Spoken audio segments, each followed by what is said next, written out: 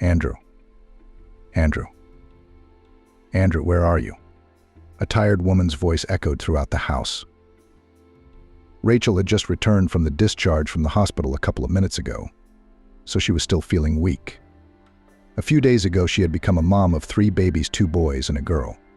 None of her relatives did not come to the discharge, not even her husband.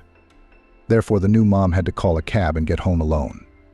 Fortunately, there were nurses nearby who helped to place the children in the car. Rachel felt a whole range of emotions: anger at her husband, who didn't answer any of her calls, sadness at being alone on this special day, and happiness at having 3 healthy babies. Since she didn't expect to have to go home alone, she didn't have any money with her. The cab driver did not agree to wait until Rachel went inside to get the money.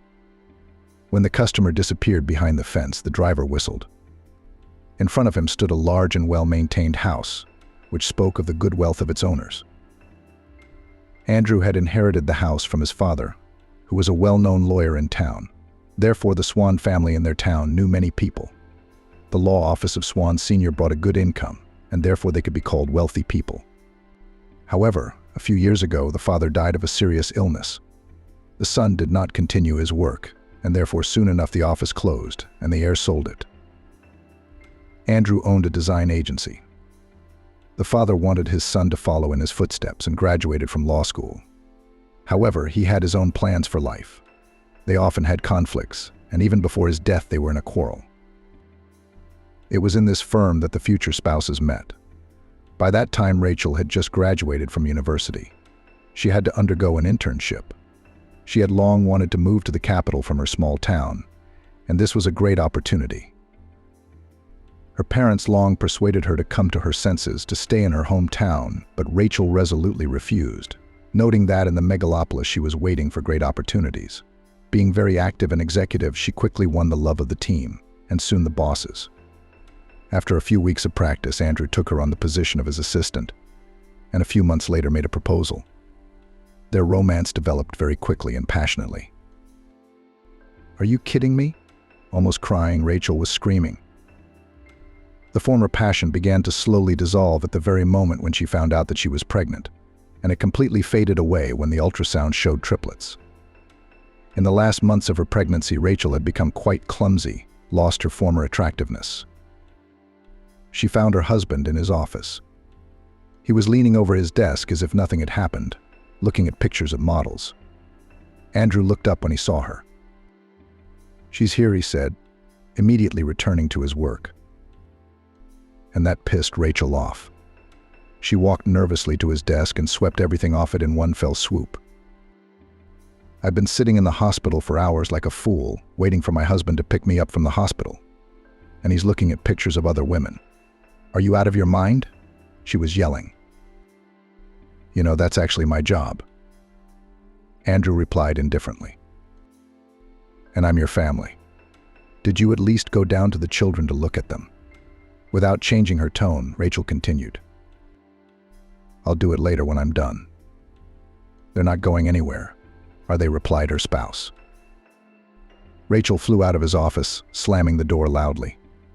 Such behavior of her husband was out of line. In general, she began to notice changes in Andrew a couple months ago. The once caring man who used to sacrifice his time for her was now staying late at the office. Rachel had so hoped that during her pregnancy her husband would spend even more time with her and support her. But it turned out to be exactly the opposite. Andrew was spending much less time with her than he had in the past, and his attitude became cold. When she tried to talk to him directly, to find out what was wrong, her husband, always covered by work, say, "Now there are heavy negotiations with potential partners, and therefore he is always delayed and then comes without mood." But Rachel realized that it was something else. Now it was as if a bucket of ice water had been poured on her, and she realized that she and the children did not need Andrew. They were very happy together. But when her husband found out that they were expecting a significant addition to the family, he'd lost everything. Rachel leaned against the wall and covered her face with her hands. Outside the door were the 3 babies she'd barely put to bed, so she could only cry silently. At that moment, Olivia, Andrew's mother, walked by. After the death of Mironov Cesar, she was the one who had taken charge of everything. Her mother-in-law kept everything under her control. Every little thing was in her sight. The only thing that missed the marriage of her dear son was some provincial girl from a dysfunctional family. As soon as she saw Rachel, Olivia realized that her daughter-in-law was no match for her son. She only needed a glance to guess that the girl's income was below average. Several times she recommended her son to come to his senses, to choose someone more worthy, but Andrew was in love and adamant. That's to be expected. The mother-in-law's mind raced. As soon as she noticed her upset daughter-in-law, she knew from the beginning how it would end. She remembered with what horror her son told her about the 3 children, and therefore it was easy to guess that the former passion has subsided. Strange that Rachel didn't realize it. You shouldn't be nervous right now. You might run out of milk, her mother-in-law said admonishingly. Rachel looked up at her, her eyes wet with tears. She knew Andrew's mother didn't like her, but still, she felt so bad that she had decided to pour her heart out. Olivia sighed. She had already spoken to her son about his wife. He didn't love her anymore, so there was nothing she could do about it. Oliver, eat. It's been 2 weeks, and Andrew hasn't spent any time with the kids. Rachel tried to get him to go for a walk, but again he said he was busy and went to work without even looking at the kids. When she told her husband that she had decided to name her sons Emmett and Tyler and her daughter Ella, she heard a completely indifferent, "Whatever you say." And that really hurt, but she didn't know what to do. "Where are you going?" Rachel asked one night when she saw her husband heading toward the hall with a pillow. "They're always yelling. Just unbearable," Andrew said unhappily. "What do you expect?" "They're babies," Rachel replied irritably as her husband disappeared into the hall. Her nerves were already on edge. All she did was to take care of the babies, who were always in need of something. Rachel had forgotten when she could get a good night's sleep or eat without distractions. Her husband and mother-in-law weren't helping her. Andrew had at one point moved completely into the hall, and Vanessa could at most hold her grandchildren in her arms, no more. One day after another major quarrel, the mother-in-law again found her daughter-in-law in tears and decided to have a serious talk with her. "My dear, it seems to me it cannot go on like this. You are already tired of each other." Rachel sobbed. She realized that the marriage was falling apart, but what could she do? Divorce. The thought of divorce made her bitter. But who needs her now with 3 babies? Parents live several hundred kilometers away and certainly not waiting for her with 3 hungry mouths.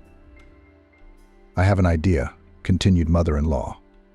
"I will buy you a nice house in the suburbs, where there will be room for you and the children. And in the countryside you can come to your senses. Then you can start a new life. Trust me, it'll be good for everyone." "I don't believe Andrew would give up on us so easily," Rachel said. There was still hope in her heart that her husband was just a kind of paternal depression, and now he was in shock, and then it would pass, and everything would fall into place. "Don't be so naive," the mother-in-law began to get angry. "Andrew hasn't needed you for a long time, so accept what they give you.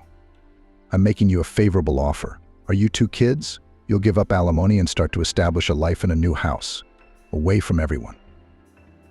Rachel shook her head vigorously. "No," she said as she walked away.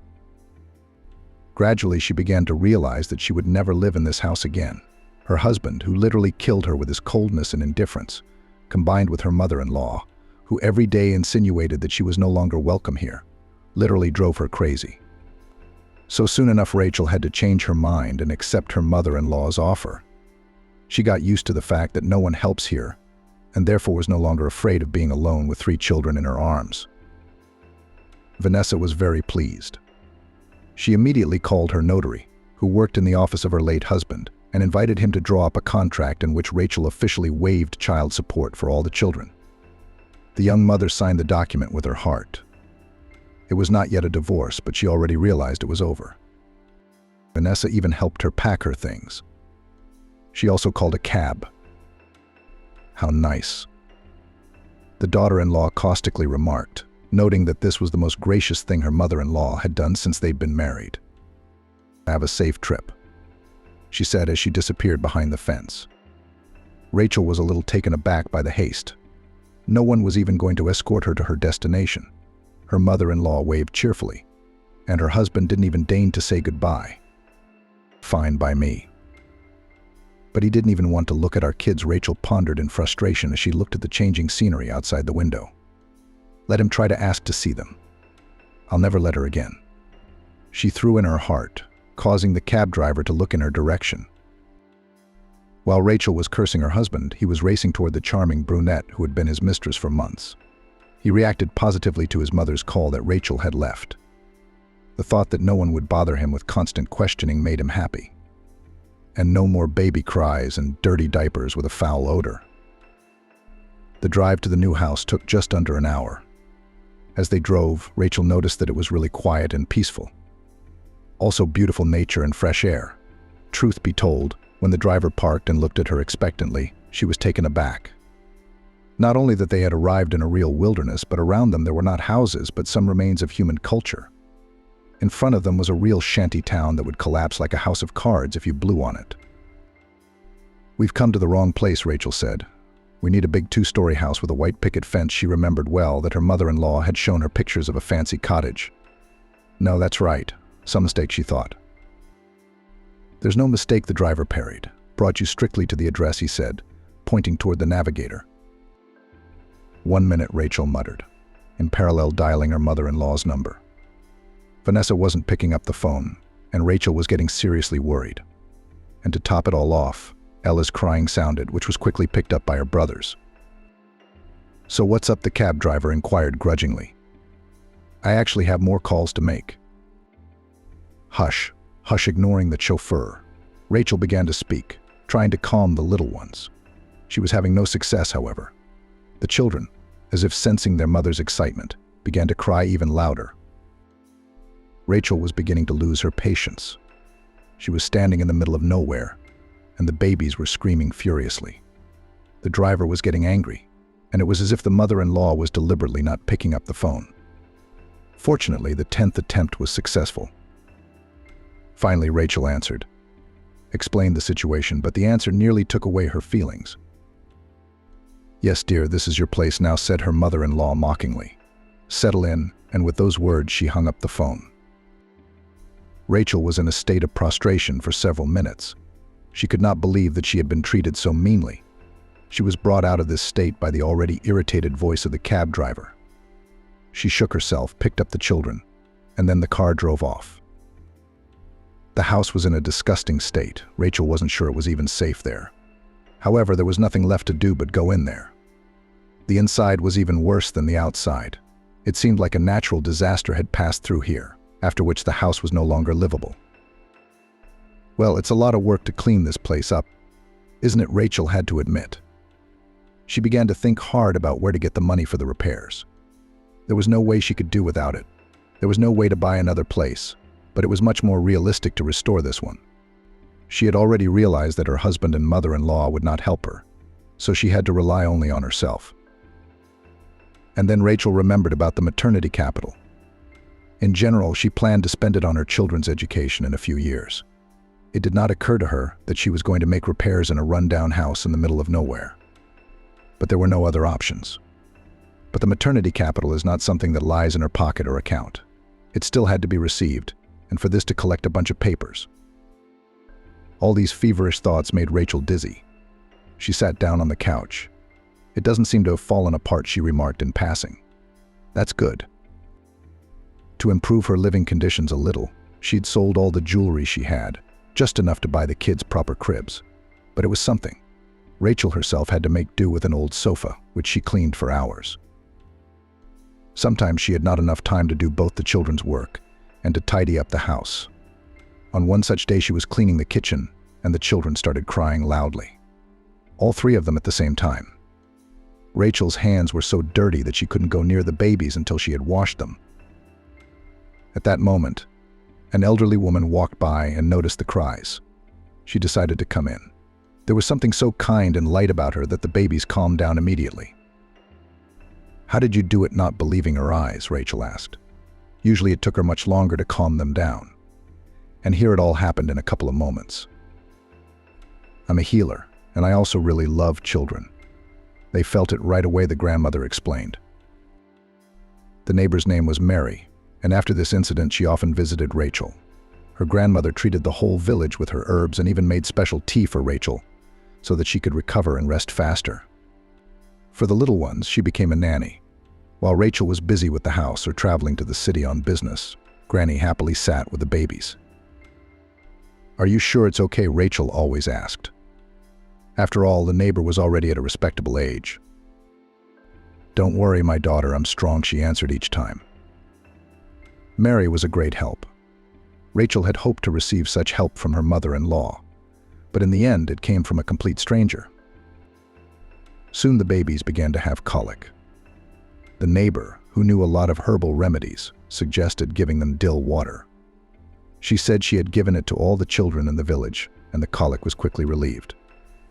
Rachel believed it, and indeed she began to notice how the babies felt better. They stopped crying. Only Tyler, who was the last to be fed, began to behave strangely.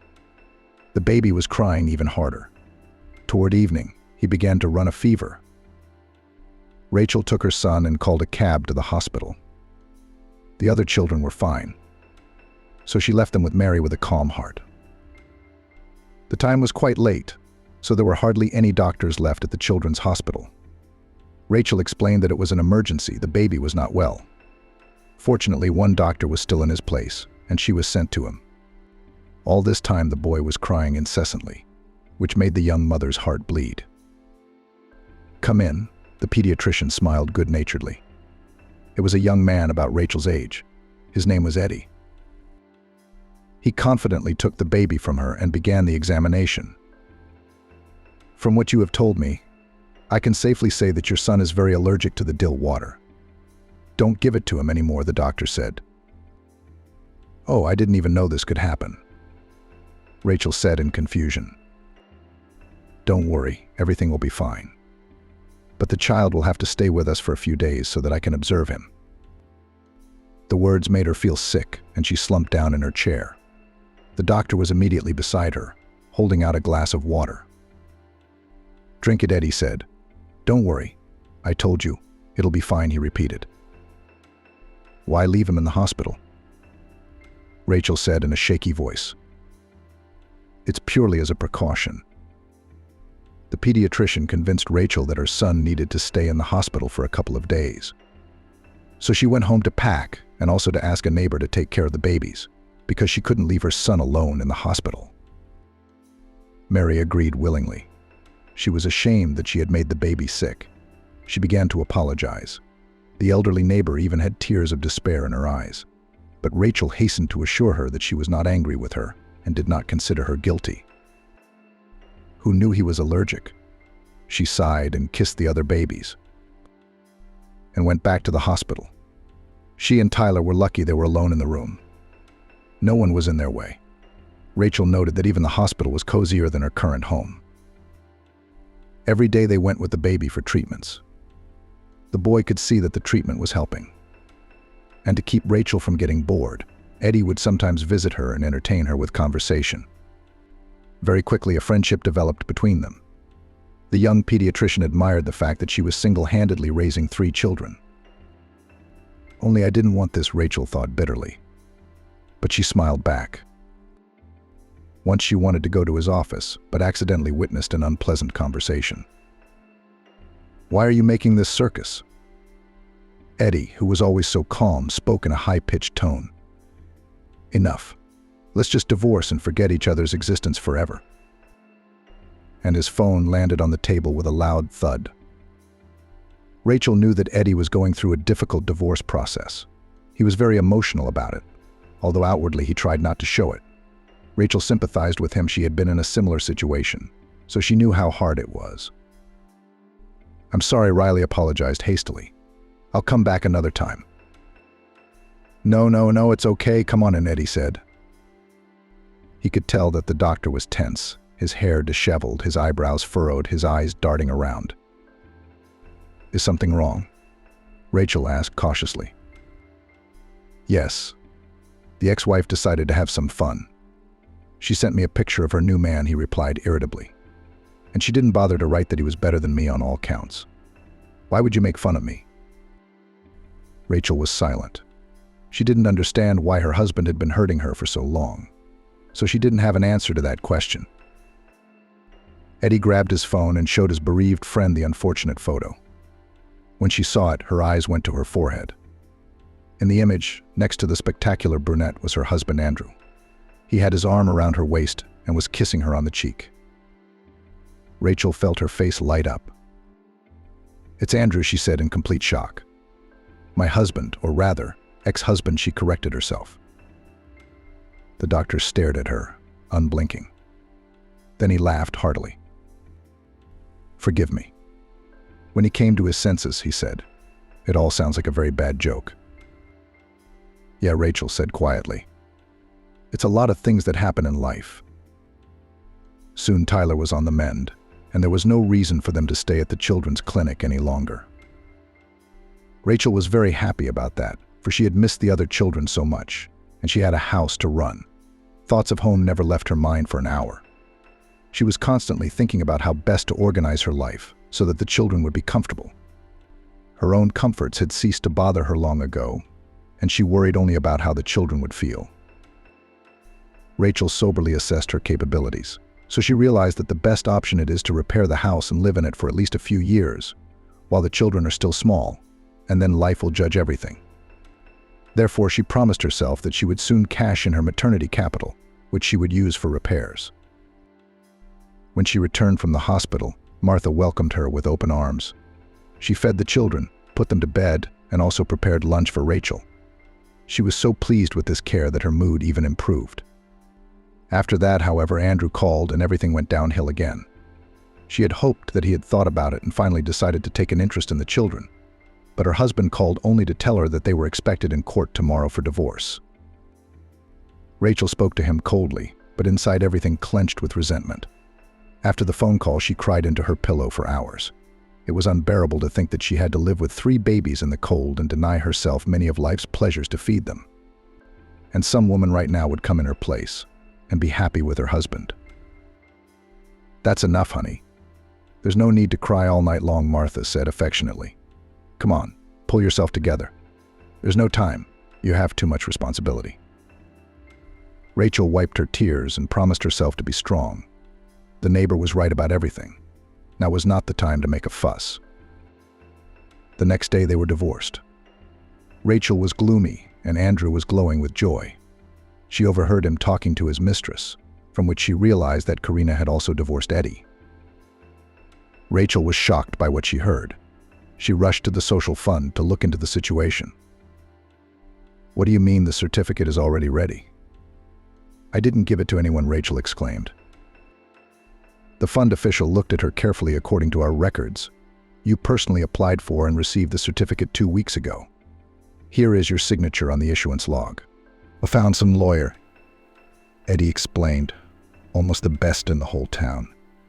And I didn't realize how I ended up with nothing myself." "Oh, I even know who helped her with that," Rachel sighed, remembering her ex-husband's extensive connections in the legal field. "So what are you going to do now?"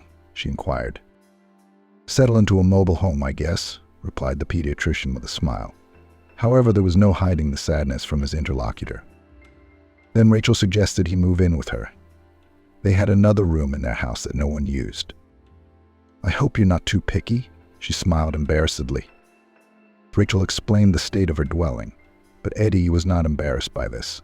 He was happy to accept the offer, but he emphasized that he would stay with her temporarily until he found a better place, and he didn't want to be cramped. "What kind of man am I if I take advantage of the kindness of a mother of 3? He'd say as they pulled into the driveway. Rachel was very worried about his reaction, but he found her lodging quite tolerable. Cheater, she thought to herself. A couple days later, Eddie placed a small envelope of money on the table. The thought of selling his old car and helping with some of the repairs to the house had crossed his mind immediately when Rachel had reported the loss of the money. He felt it was the right thing to do. "Well, how will you be without your car?" Rachel muttered in utter confusion, looking at the money in surprise. "I've been meaning to do that for a long time," Eddie lied, "but now I'll be walking more. Good for the environment and good for me." Rachel didn't know what to say. She felt so emotional about the deed that tears came to her eyes. She was very grateful to Eddie. With the money, she'd been able to wallpaper and change the floor. Of course, it wasn't enough for a complete renovation, but the house still looked much better than it had before. Eddie helped, too. Some of the breakages he undertook to repair himself, and very soon the house was able to fix the pipe. The story of Rachel's living with the pediatrician did not escape the omnipresent mother-in-law. So in the village, she had her own man, who sometimes looked after the former daughter-in-law, and after everything reported to Vanessa. The old lady was delighted with this story.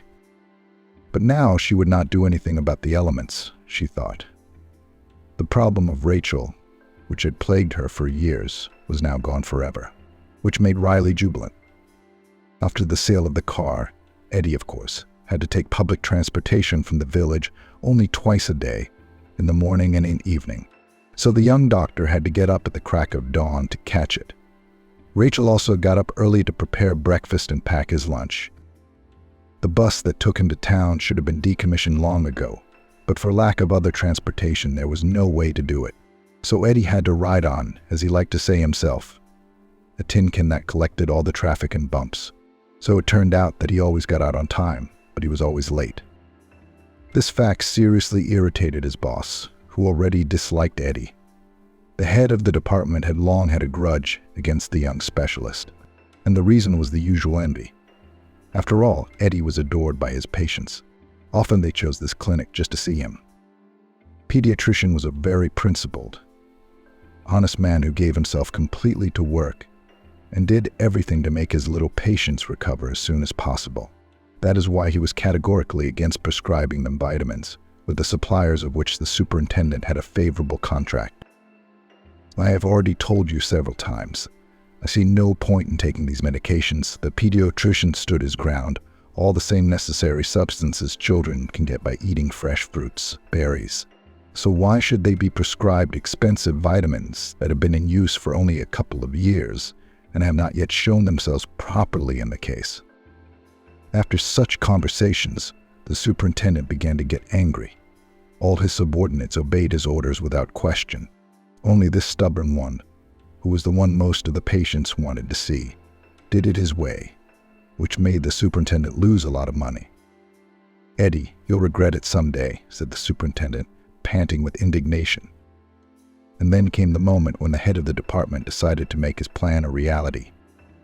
Taking advantage of the fact that the pediatrician was constantly late, he broke into his office and put in his locker the very drugs that he himself recently purchased. When Eddie arrived at his workplace, instead of patients, the medical board was waiting for him. The first thing the supervisor, who had noticed his tardiness, and a couple of other employees under his command testified against Eddie. "I heard Eddie prescribe vitamins to a patient yesterday myself," the young nurse babbled, "and they're not even listed as admissible on our lists." The committee tilted against Eddie. When he was given his word, he swore that he had never done anything like that, and that the vitamins had been planted on him. No one believed him, however. "You're fired," the head of the department said triumphantly. "I'll give you until tonight to pack your things and leave." As he left, Eddie looked sadly at his picture, which hung on the first floor of the hospital, with the caption "Pediatrician of the Year" beneath it. He had gotten that nomination months ago, and today he was being kicked out in disgrace. "Oh, Eddie, it's a good thing I still caught you." A panting woman suddenly appeared in his path, leading the boy by the hand. "Please excuse us. We got held up at daycare. We were late for an appointment. You'll take a look at the knee, won't you? He had another stomach ache today." "Unfortunately, I don't work here anymore," Eddie sighed bitterly. "Make an appointment with another specialist." "How so?" The mother's eyes rounded. "You're a pediatrician from God. We drive all the way from across town just for you." Eddie shrugged and hurried away. This situation had really gotten to him.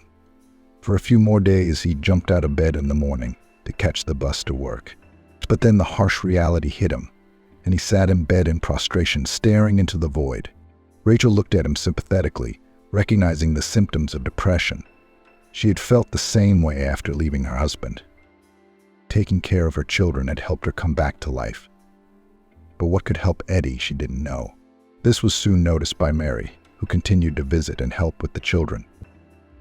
"Listen, are you staying home?" "Why don't you go see my neighbor's granddaughter? The little girl's not feeling well," the older woman said to him.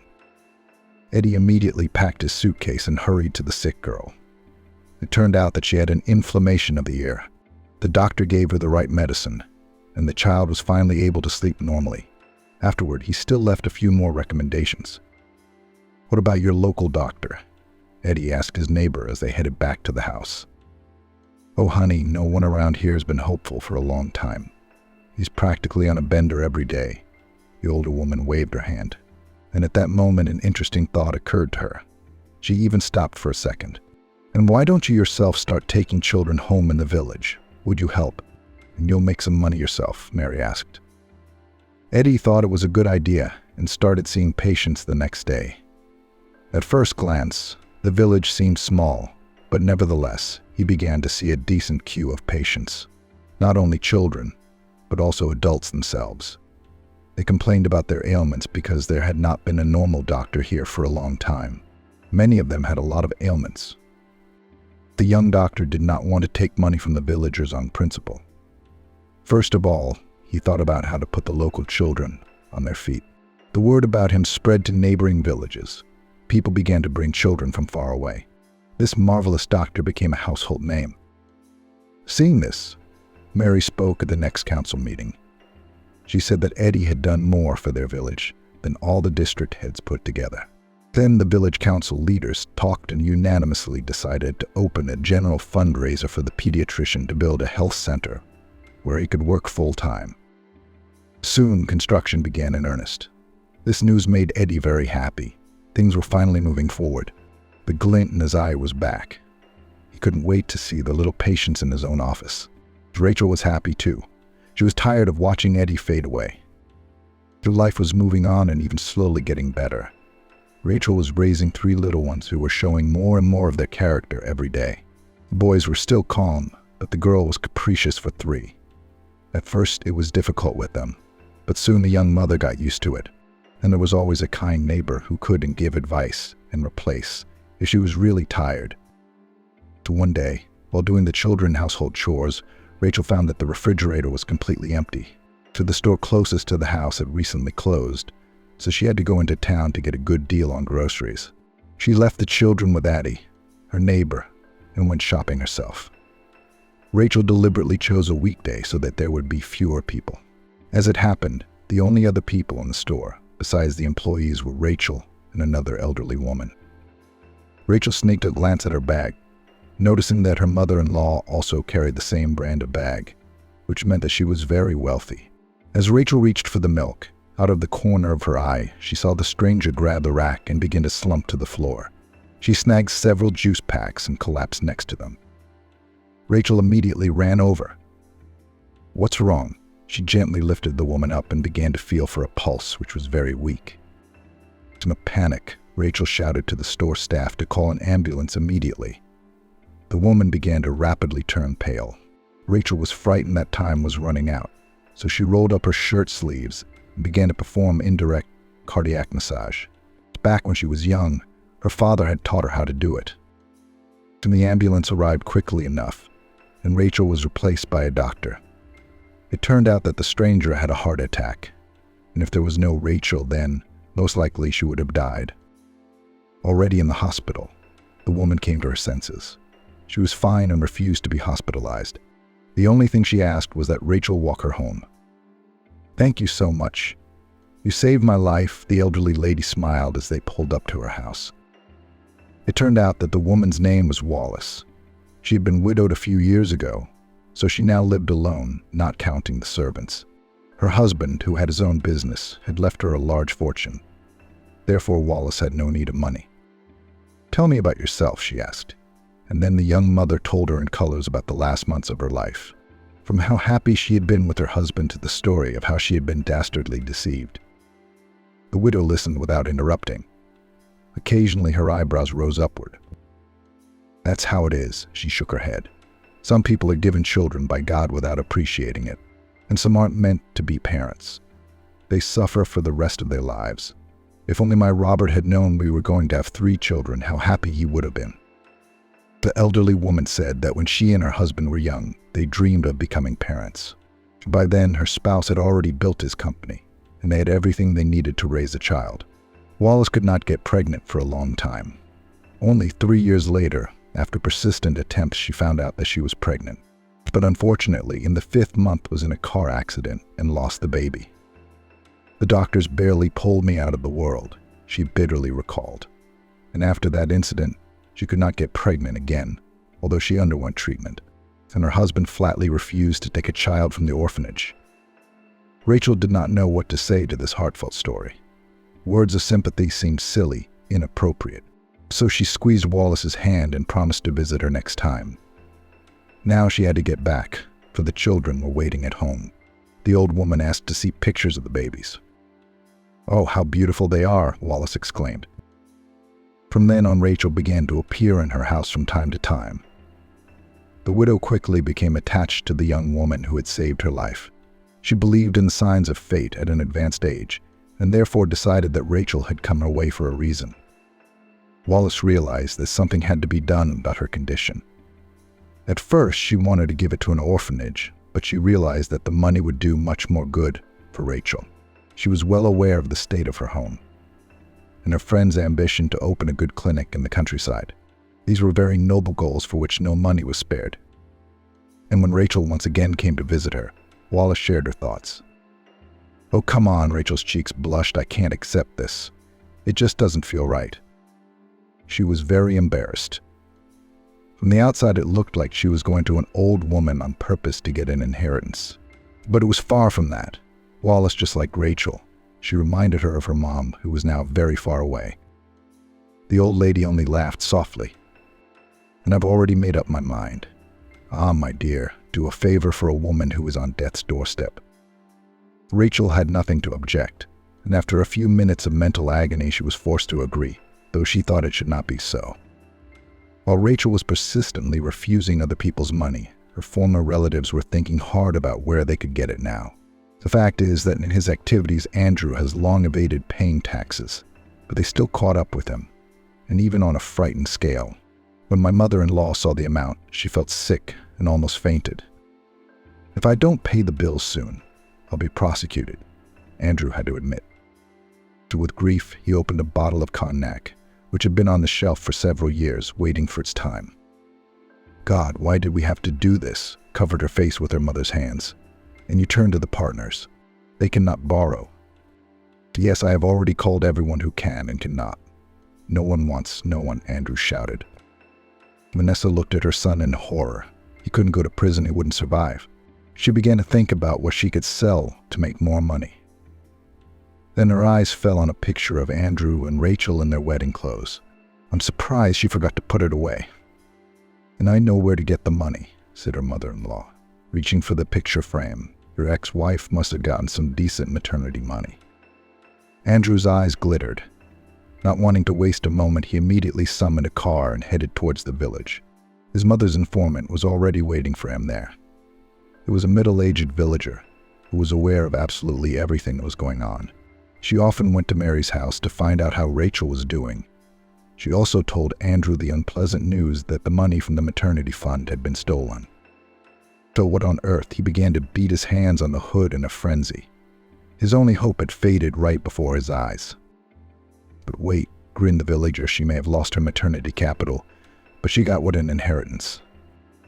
Gossip Girl was aware that Rachel had inherited from a wealthy widow for saving her life. "That's even better," her ex-husband said in his mind. He smiled slyly and thanked the woman. There was no point in going to his ex-wife. She wouldn't give him a penny after everything that had happened. So Andrew decided to pay a visit to the widow herself. To find out the address of the old lady was not very difficult. It turned out that once long ago his father provided legal services to the husband of this woman. And so through old channels Andrew managed to find her. The house made an impression even on him. Although he had not been deprived since childhood, to what did the young man owe? Wallace inquired, as the maid led her guest into the hall. "I'm here to protect you from one huge mistake."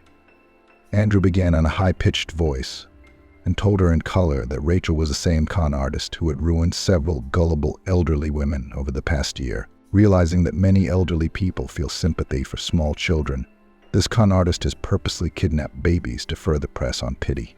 And she didn't have a crumbling house either. She was living perfectly fine in a penthouse, and she didn't need anything. Can you imagine? Andrew sighed theatrically. I haven't been able to catch her in years, always avoiding punishment. His acting could be envied even by a professional. Wallace became visibly nervous. She had heard such stories so many times, and now she was afraid of becoming a victim herself. But don't worry, Wallace, the guest continued. As long as I live, I will not stop fighting crime. These crooks should not sleep well while honest people suffer. Andrew had a whole scheme. First, he talked about all the misdeeds of his ex-wife.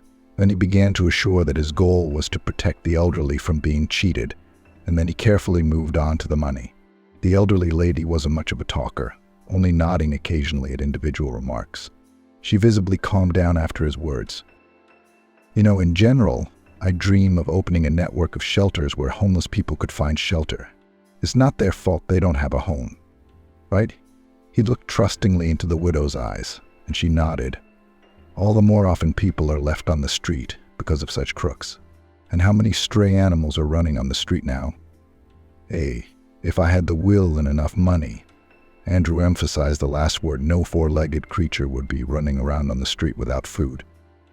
Those are all good words, agreed the widow. But what do you want from me? Wallace asked. I know you wanted to write a will in Rachel's favor, Andrew said bluntly.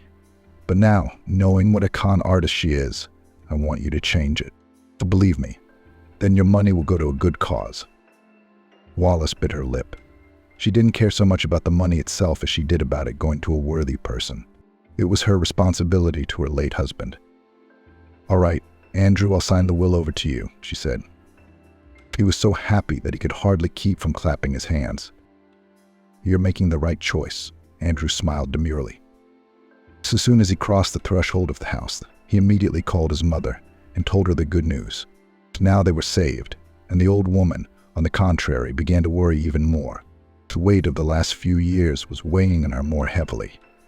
The last days she began to remember her life and her beloved husband, who so suddenly left her a couple of years ago. And again it became unbearably painful that she had never become a mother to pass on the inheritance to her own children. Wallace had long ago ceased to understand the people around her.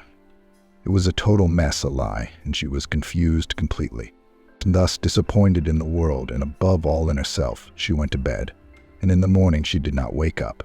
The maid found her in her room. Wallace died in her sleep, holding an album of photographs. Many people gathered at the funeral. Rachel stood a little farther away, wiping away tears. She was supposed to visit her, but couldn't because her daughter had a fever. And now she regretted it because they hadn't had time to say goodbye. When she saw her ex-husband in the crowd, she caught her breath. What are you doing here? Rachel said in complete shock. I came to get mine. Andrew smiled ambiguously and then disappeared among the people. And Rachel remained standing, not understanding at all what his words meant. So when the funeral came to an end, Wallace's lawyer spoke. He asked all the heirs to gather in the house for the reading of the will. As Rachel looked around, she realized that Wallace and her husband's distant relatives were gathered here in addition to her. And they looked at her austerely, as if asking, "What are you doing here, stranger?" So Rachel felt extremely uncomfortable, sitting with her eyes down to the floor. When her ex-husband came in, she frowned again. He can't be another heir, rushed through her mind. Rachel didn't have time to properly consider the thought, however. The notary began to read out the will.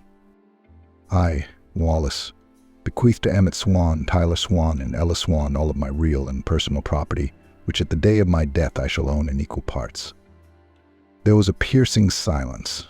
Rachel thought she could hear her heart beating. She remembered that Wallace had wanted to write a will in her name, but since she had decided to leave everything to the children, it was better that way. And at that moment, all eyes turned toward her. So you mean to tell me that this money hunter is going to get everything? Shouted out the blonde stranger. Yes, she's a con artist. A real one, supported her by a man.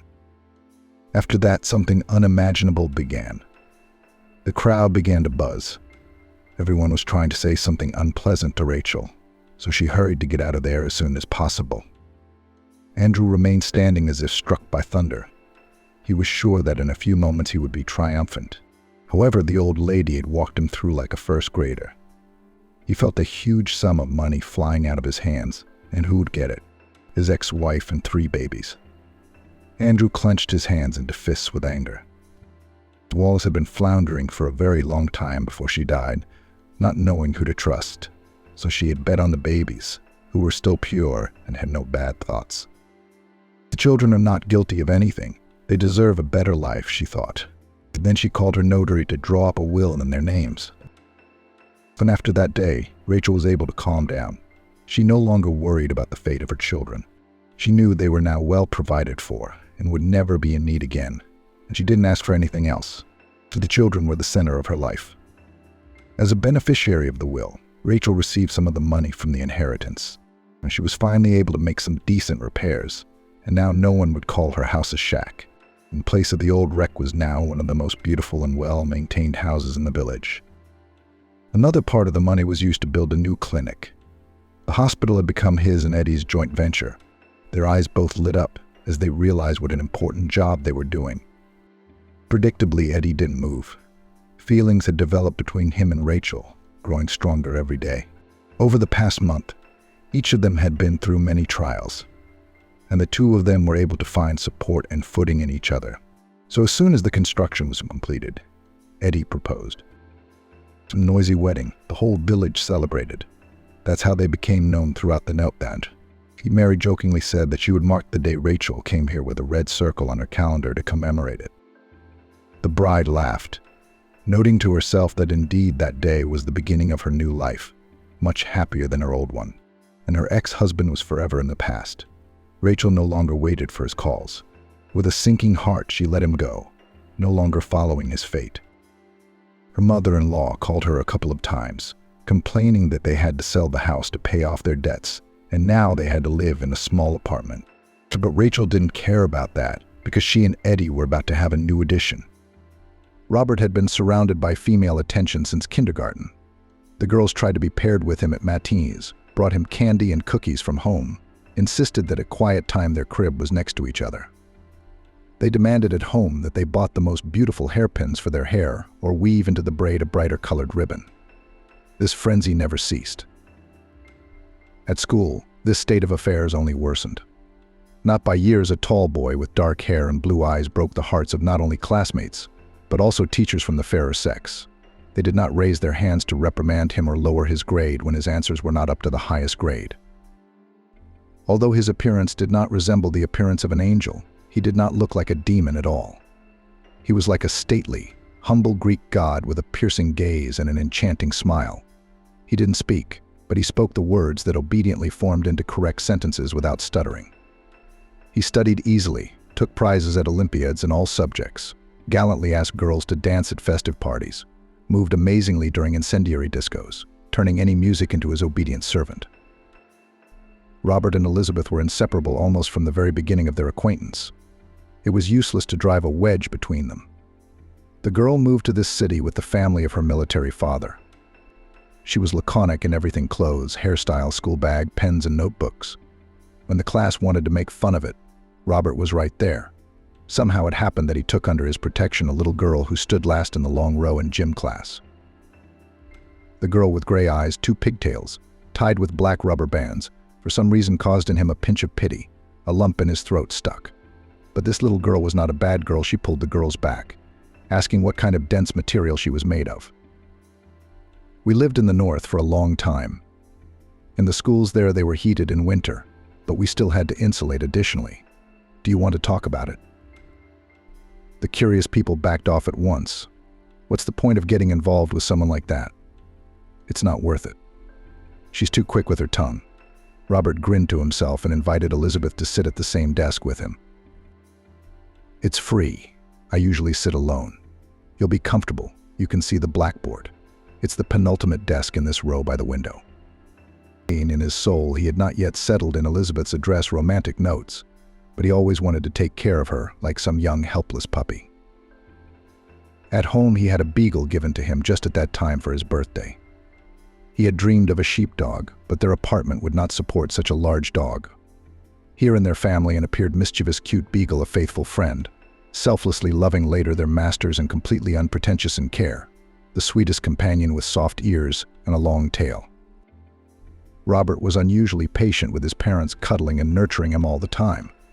Suddenly he realized that Elizabeth was more than just a friend, companion and sister in spirit to him. When she badly shattered her knees one winter when she fell on the ice, they were already in 8th grade at the time. From a small, graceful statue, Elizabeth began to turn into a petite young lady with the crushes inherent in her young age. The girl was incredibly stubborn. She dragged him home after school across a smooth, vacant lot prepared for digging foundations for a new building. "Don't go, Robert, it'll be 5 minutes before we're home. It's too long and uninteresting to walk around that fence, especially in this weather," she urged. He'd fallen for her pleas. Now she was sitting on the cold ground with her tights torn to shreds and deep lacerations on her knees, stumbled over pieces of rebar left behind by who knows who. He didn't hesitate long, picked her up in his arms and carried her to his house where no one was present.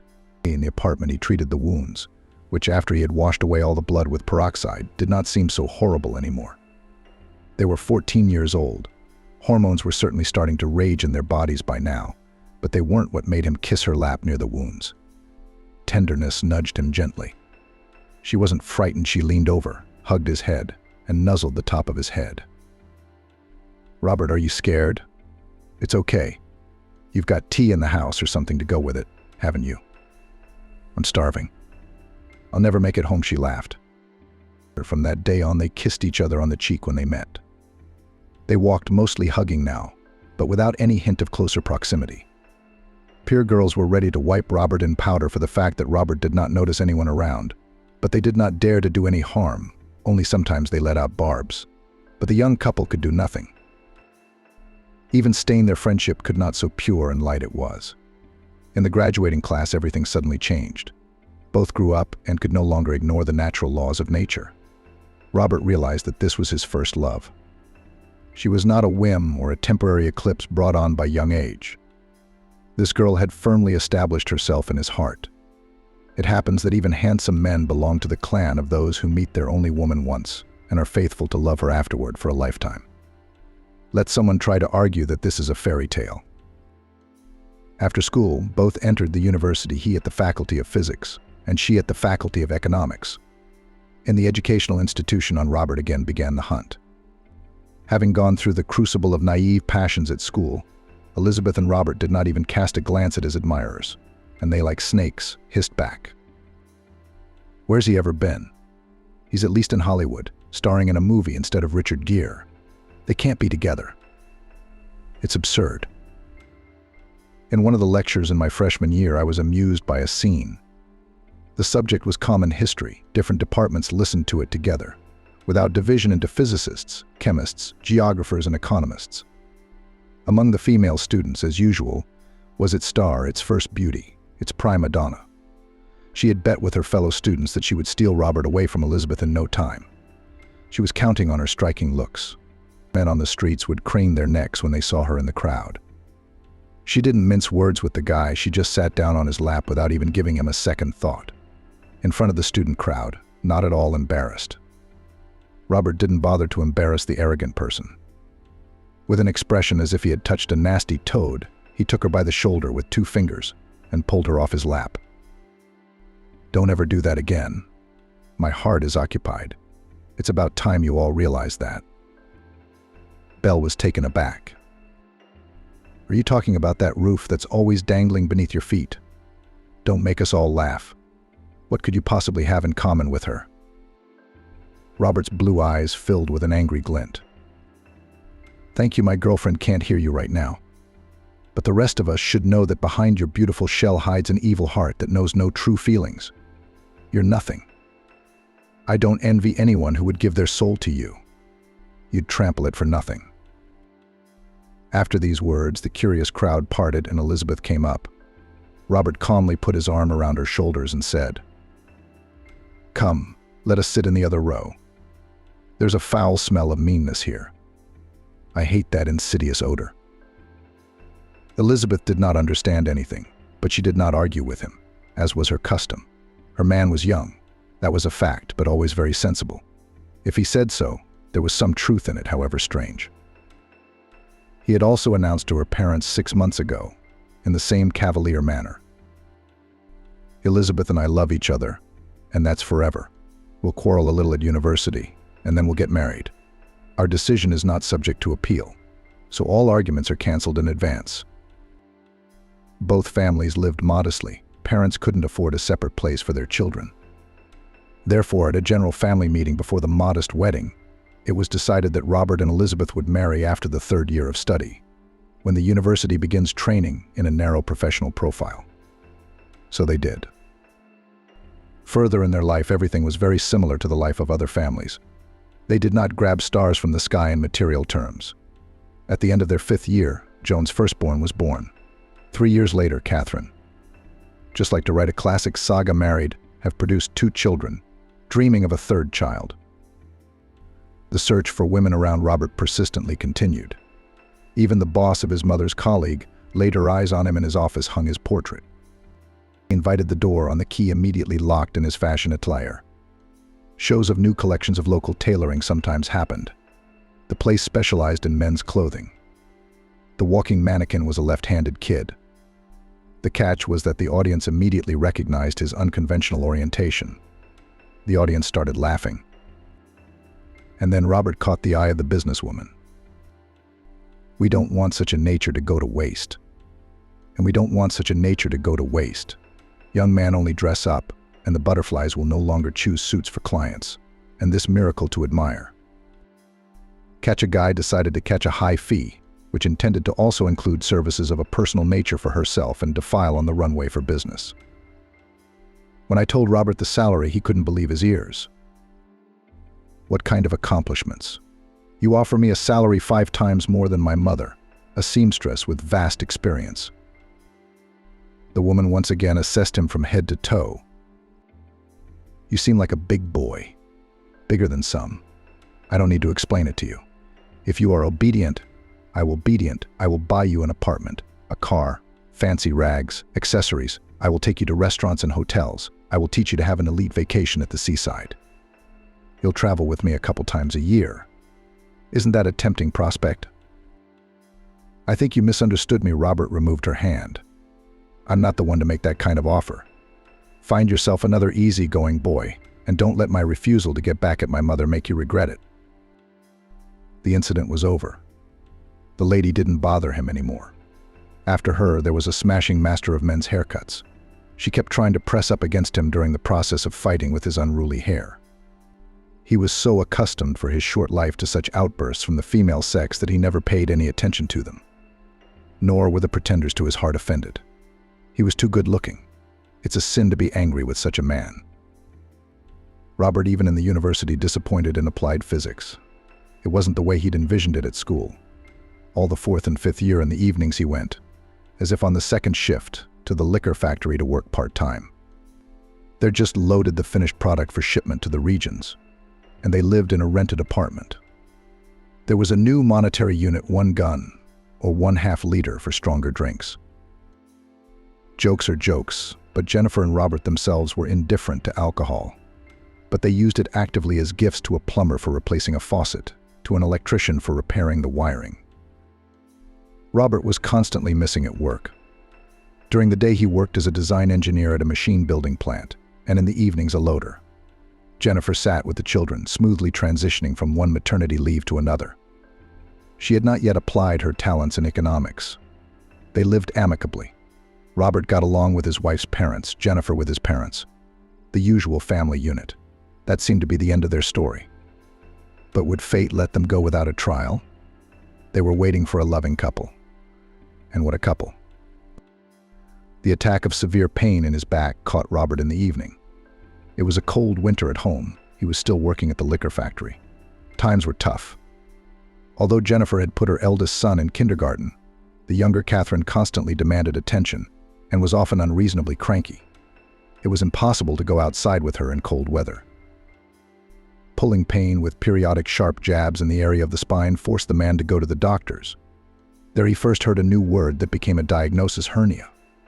As he understood from the doctor's words, it was about problems with the spine and discs. The doctors assured him that if he took care and did not lift heavy weights, everything would be fine with constant monitoring.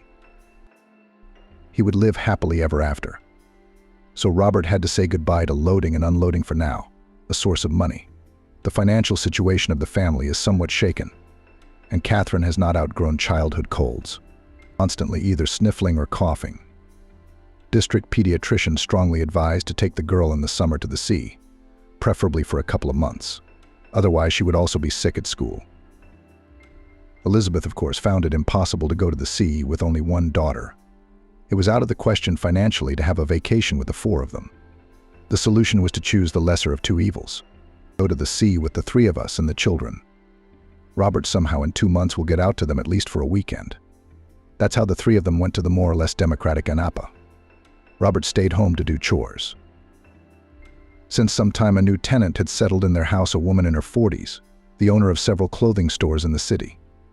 She moved into an apartment in a remote neighborhood, she said, so that the eyes of her husband, after a high-profile divorce, did not see her. The clever husband tried to sue half of the business from her, and the case with boutiques she created and developed herself. As she liked to quote the hero of the movie, Ivan Vasilievich changes profession by hard labor. Andrei and the yard-bright lady immediately noticed, and he seemed to her so flawless that she immediately wanted to participate in his fate. She invited him to work for her. Engineer, physicist, and fashionable business, 2 parallel planes. But surprisingly, he did well. His machine-building plant was living its last days. The technological lines were obsolete. No one, not even the most talented designer, could come up with anything ingenious to get this enterprise back on its feet. And the neighbor needed an assistant with decent looks, who could charm the partners with charisma and impeccable manners. Robert was perfect for this role. As for his wife, she just needed a deputy with an ideal reputation as a model family man. Her chain of stores was called Family. It stood for 7 friendly eyes. They sold clothes for men and women, as well as for children. Michael was very skeptical of her suggestion. He laughed, "Where am I with my technical education? And where are the clothes, new collections, all this glitter and tinsel of rags and accessories?" Jacqueline, on the other hand, was not so adamant. "Michael, do you underestimate yourself? Each of us should be willing to sell what we have in abundance. In your case, it's God-given beauty, so why not turn it into a popular commodity for the sake of your well-being? Let's just give it a try. A month's work with me won't cost you anything." He walked home and thought wistfully, "Nothing will come of this collaboration. She will again start looking for ways to get closer to me. And for me, such an option is impossible." The man was wrong. Jacqueline was a much wiser and more astute woman. She already had a young and strong companion for her health, but he was not smart enough to be seen with him in public, and her firm needed a male face. She used herself as a female face. What was missing was an idyllic image, an assistant with an impeccable reputation. Michael agreed to the experiment. Especially at the factory, everyone was on leave without pay for an indefinite period of time. Time was passing. Soon his family would return from the sea, and the house was empty. He couldn't make any money while his loved ones were improving their health on the coast. Jacqueline taught him the science of being, not appearing to negotiate patiently, to watch his speech, to dress tastefully even for a little money, to be able to maintain a conversation on any topic. She persistently dragged him along to all business meetings and brought him into her circle. After a couple of weeks, Michael calmed down. Jacqueline did not make any attempts. She diligently molded him into an enterprising business partner who is not lost in any commercial situation, will calculate ahead of all the moves, will increase the accumulated, save previously achieved. When Elizabeth returned home, she did not recognize Robert. At the train station, they were met by a respectable man in a strict, elegant suit, matching shirt, stylish tie. From surprise, she could not restrain irony. Where did such a handsome uncle come from? Then she rushed towards him and hung on her lover's neck.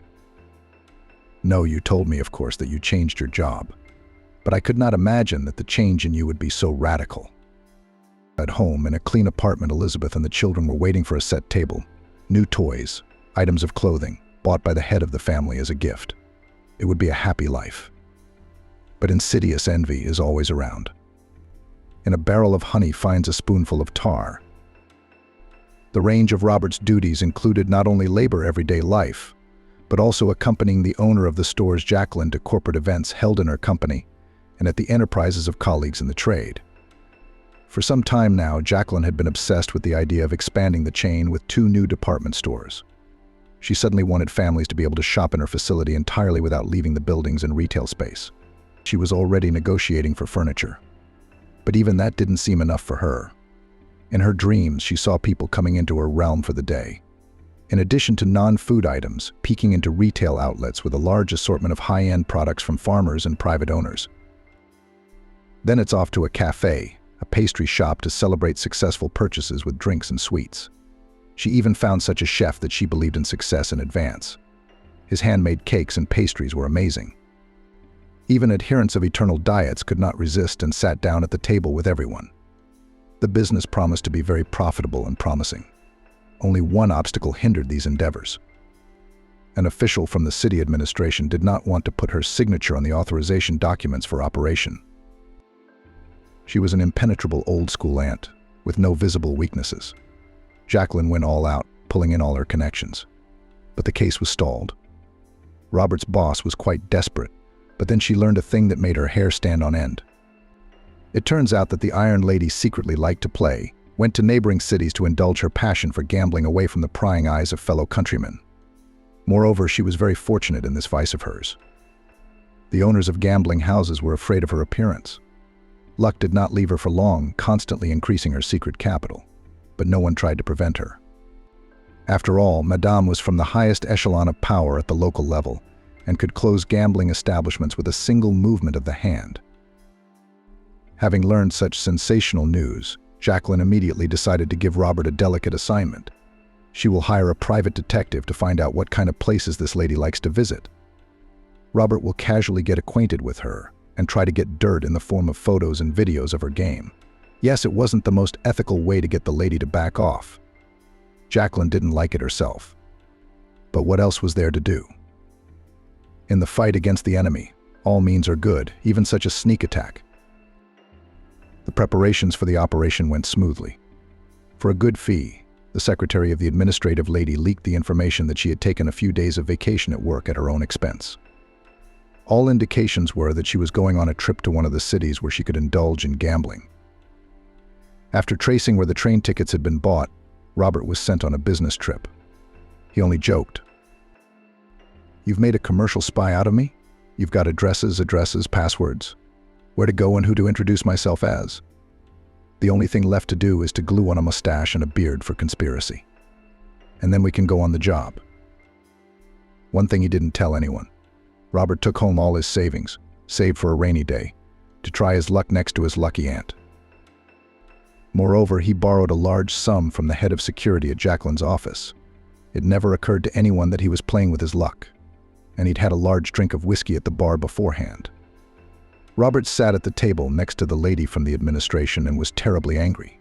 She bet on one number or the other, chose black or red color, and almost always won at least a small amount of money. He, on the other hand, lost every last dime. All the promises of beginner's luck turned out to be nothing, and he was never lucky. The waiter kept bringing him whiskey on the rocks. His head was getting heavier and heavier. He had forgotten all about his mission. At some point, his patience broke. He rose abruptly from the table, pushing away the waiter who was just about to pour him another drink. With a hard look at his lucky neighbor, he shouted, "Fuck you and your administrative capabilities. I'm here almost in my underpants camera carried to film you at the game, and you do not give a damn.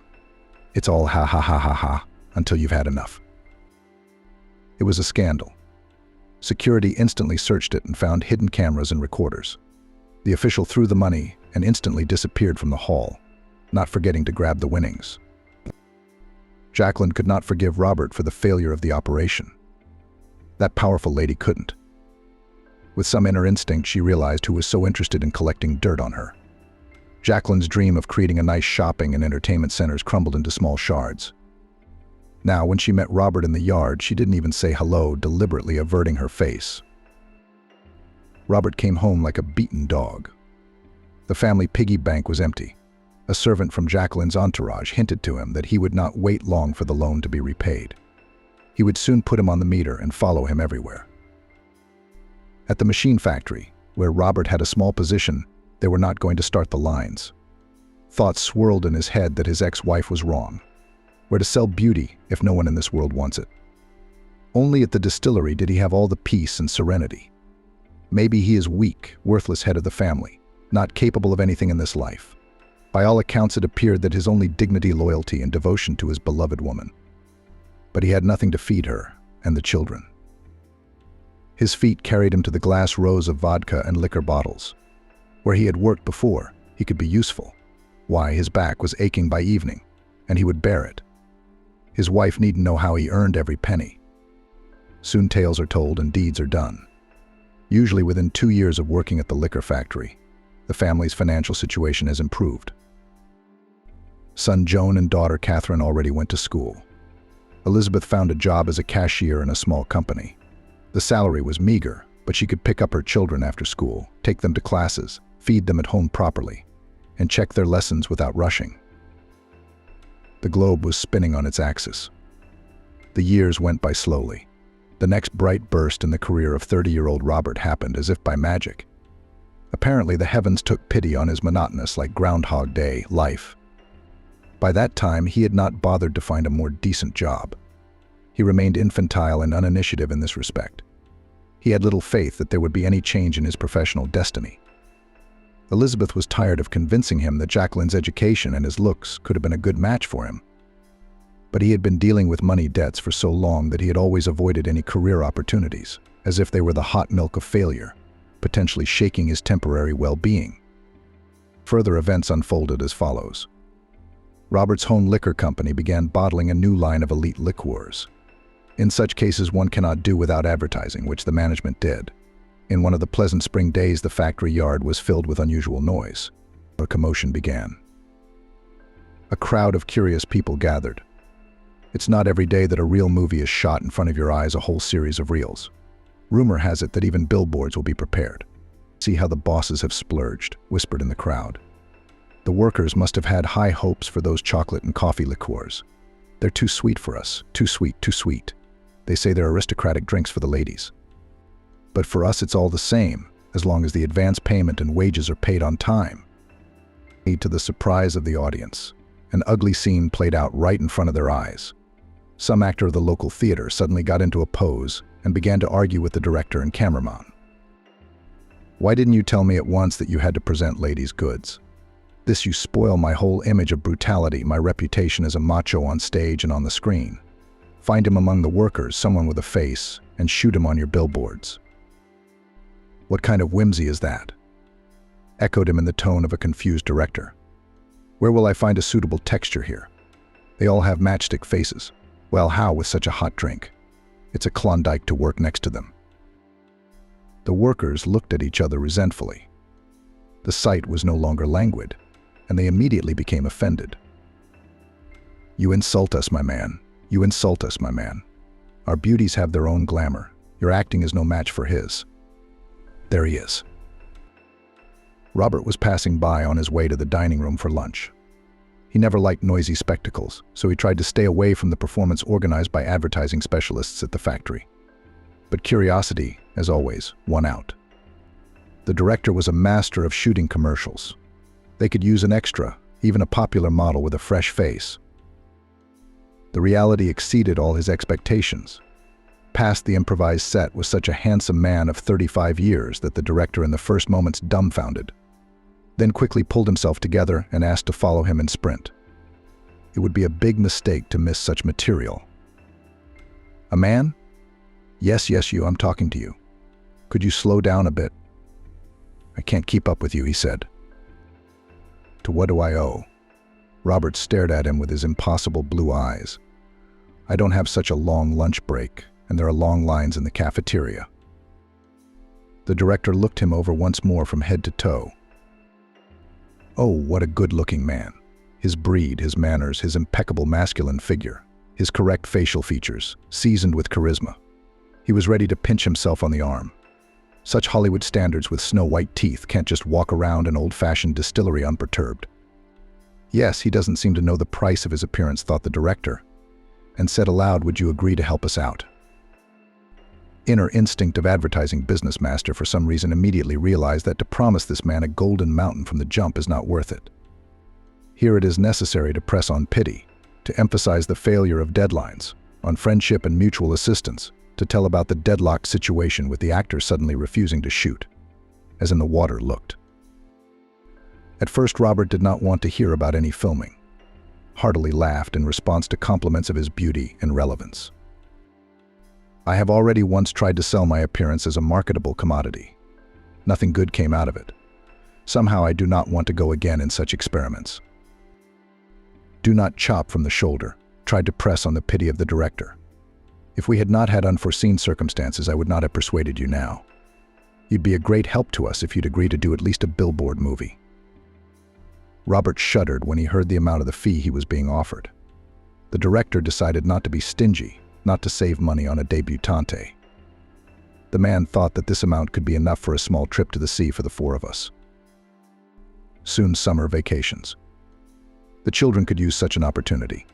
2 weeks later, huge billboards were hung all over the city, on which Robert drank liquor with the lady of his heart. Her role in the photo was played by a young student of the theater school, pretty as a rosebud in her youthful charm.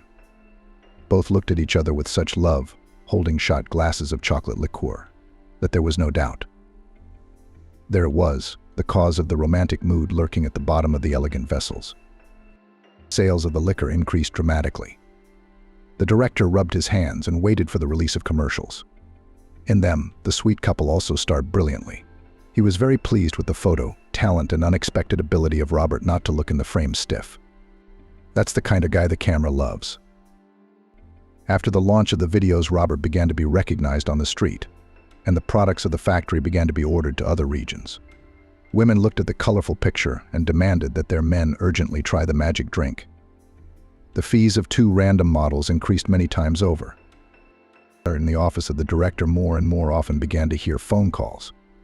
Rising star, shown in a successful commercial, suddenly urgently needed and his colleagues.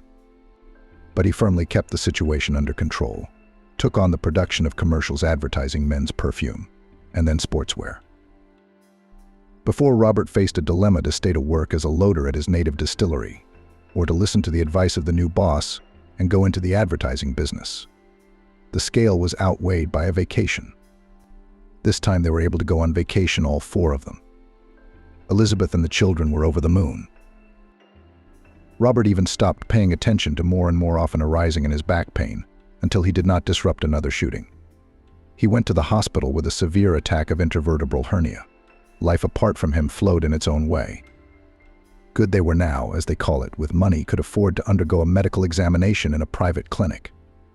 The doctor's conclusion this time was not so rosy. His work as a loader had done its job as professional trauma had turned into a herniated disc. Robert had to spend a month in the clinic. Through the efforts of therapeutic exercise, drips, and skillful actions of the medical staff, doctors brought him back into action. Before discharge, they admonished him forget forever about heavy physical exertion, even medium, sharp movements of the body. Otherwise, next time you will find yourself right on the operating table. The verdict was final, not subject to appeal. The director met his favorite with open arms. The man no longer worked for him on the bird's rights of the model, which occasionally invited to revitalize some video. Unexpectedly, Robert once proposed an innovative technical idea, then the next. Now he not only starred in his, at first, seemingly fantastic developments based on the laws of applied physics, but also came up with more and more new solutions. After he was hospitalized, the company somehow drastically reduced its management, drew conclusions. It was time to offer their talented generator of ideas a solid place in the executive chair. In the active labors on the advertising field, Robert did not even notice how the whole 5 years flew by. Joan has already had time to finish school. There was another significant event from a clumsy teenager. Resembling an ugly duckling, he suddenly turned into a copy of his father. Only his eyes were gray, huge, like Elizabeth's. History repeated itself. The guy was adored by all the classmates and girls from other schools, except that he didn't have his dad's stamina for attention from the female sex. He changed girlfriends like gloves, broke hearts carelessly, in passing, often forgetting the names and appearance of casual companions for one night. Robert and Elizabeth only had their heads in their hands. Joan heeded none of their exhortations. Preds. What do you know, honestly? I don't care how many girls I've had and how many more I'll have. They hang on me in bunches. Why should I deny myself the pleasure? I'm not going to go to school like you. I've already chosen the advertising department, which trains PR managers. I'll approach my dad's current business with more modern technology. But if I'm also invited to do a movie, it'll only be better. Fame will find its hero, or heroes. Joan wasn't your typical narcissist. At first he was shocked that so many members of the fair sex follow him in droves. He laughed I should take another shower. Is it in the maternity hospital? Or is it smeared for them he was bombarded in social networks with offers, and in real-life notes and invitations to parties and picnics, youth parties and nightclubs, or to his home? Times have changed, he told his parents. You're like mammoths. Your views on fidelity, no cheating, are outdated. Robert and Elizabeth did not push him too much, did not bring him up, did not hurry him to settle down, to meet his one and only woman. Let him go out for the time being. It's a young thing, they decided. They were now much more concerned about an unexpected problem that loomed on the horizon. Their daughter Catherine had just turned 15. It was time to think about her future profession. The girl's mind was filled with illusions and fantasies. She decided to become an actress and went to the theater club for the second year. Last week, a friend of the teacher who works as a choirmaster unexpectedly came to the class. She was interested in Catherine, who was performing a simple song from the play at the rehearsal. The woman was impressed by her voice and took her parents' contacts. Later she found Robert and Elizabeth, met with them, and was shocked by the news. Your girl has an extraordinary, rare vocal gift. I listened to her in detail after that chance meeting. It would be a crime if you didn't give her music and vocal training. Who knows? Maybe we're looking at a future great opera singer. Robert and Elizabeth stared at her. Yes, the choral specialist nodded. You heard right. Your daughter has a unique voice which now looks like a rough diamond that will become a magnificent diamond. But Catherine is already 15 years old, Elizabeth said thoughtfully. Isn't it too late for her to learn music and singing? The choirmaster smiled slyly. It's never too late to become a singer or to learn anything at all. It's strange that you didn't notice that your daughter has such a beautiful voice. Yes, singing never really stood out in front of them. Robert tried to explain his ignorance. Only at matinees in kindergarten. And later her singing I will not remember. The girl saw her vocation in another, remembered herself in the theater, in the cinema as an actress, hastened to dispel his doubts. Woman. And the decision, of course, you. But if I were you, I would buy a piano without delay and devote all her free time to vocal lessons. I'll find the necessary specialists for such a gifted child.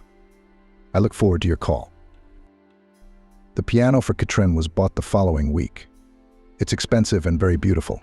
It's beautiful to look at and play on. Robert personally supervised the loading and unloading of the instrument. He was afraid that the movers would do something wrong. On the platform of the third floor, it seemed to the man that the workers were about to drop their purchase. What's holding this enormous thing on its sides? It's awkward, unstable, he thought. Robert lunged forward, picked up the piano from the side so it wouldn't fall into the wrong hands, and immediately slid to the floor. His eyes went black with pain, and he could hardly move. The movers frightenedly surrounded the client. One of them rushed to the 5th floor to call Elizabeth. The ambulance arrived quickly. At the hospital, the doctors only shook their heads. Too rapid turn of the body, trying to pick up a heavy instrument, did their job. Robert's condition could only be improved by surgery, for which the man immediately began to prepare. It was entrusted to a young, ambitious surgeon, Madison. Already in an hour, she came to get acquainted with her new patient and froze. He was so handsome. Madison, as is often the case in academic and career circles, had shown great promise since medical school. Her father was a brilliant surgeon, and her mother was an equally savvy operating gynecologist. The girl was already accustomed from childhood in the house to constant medical conversations and discussions. Other future as to join the family dynasty, for herself did not see. Personal life, at a rather pretty young woman, did not add up. Robert and Madison were a college couple who had married hastily, but soon divorced after a few carefree relationships.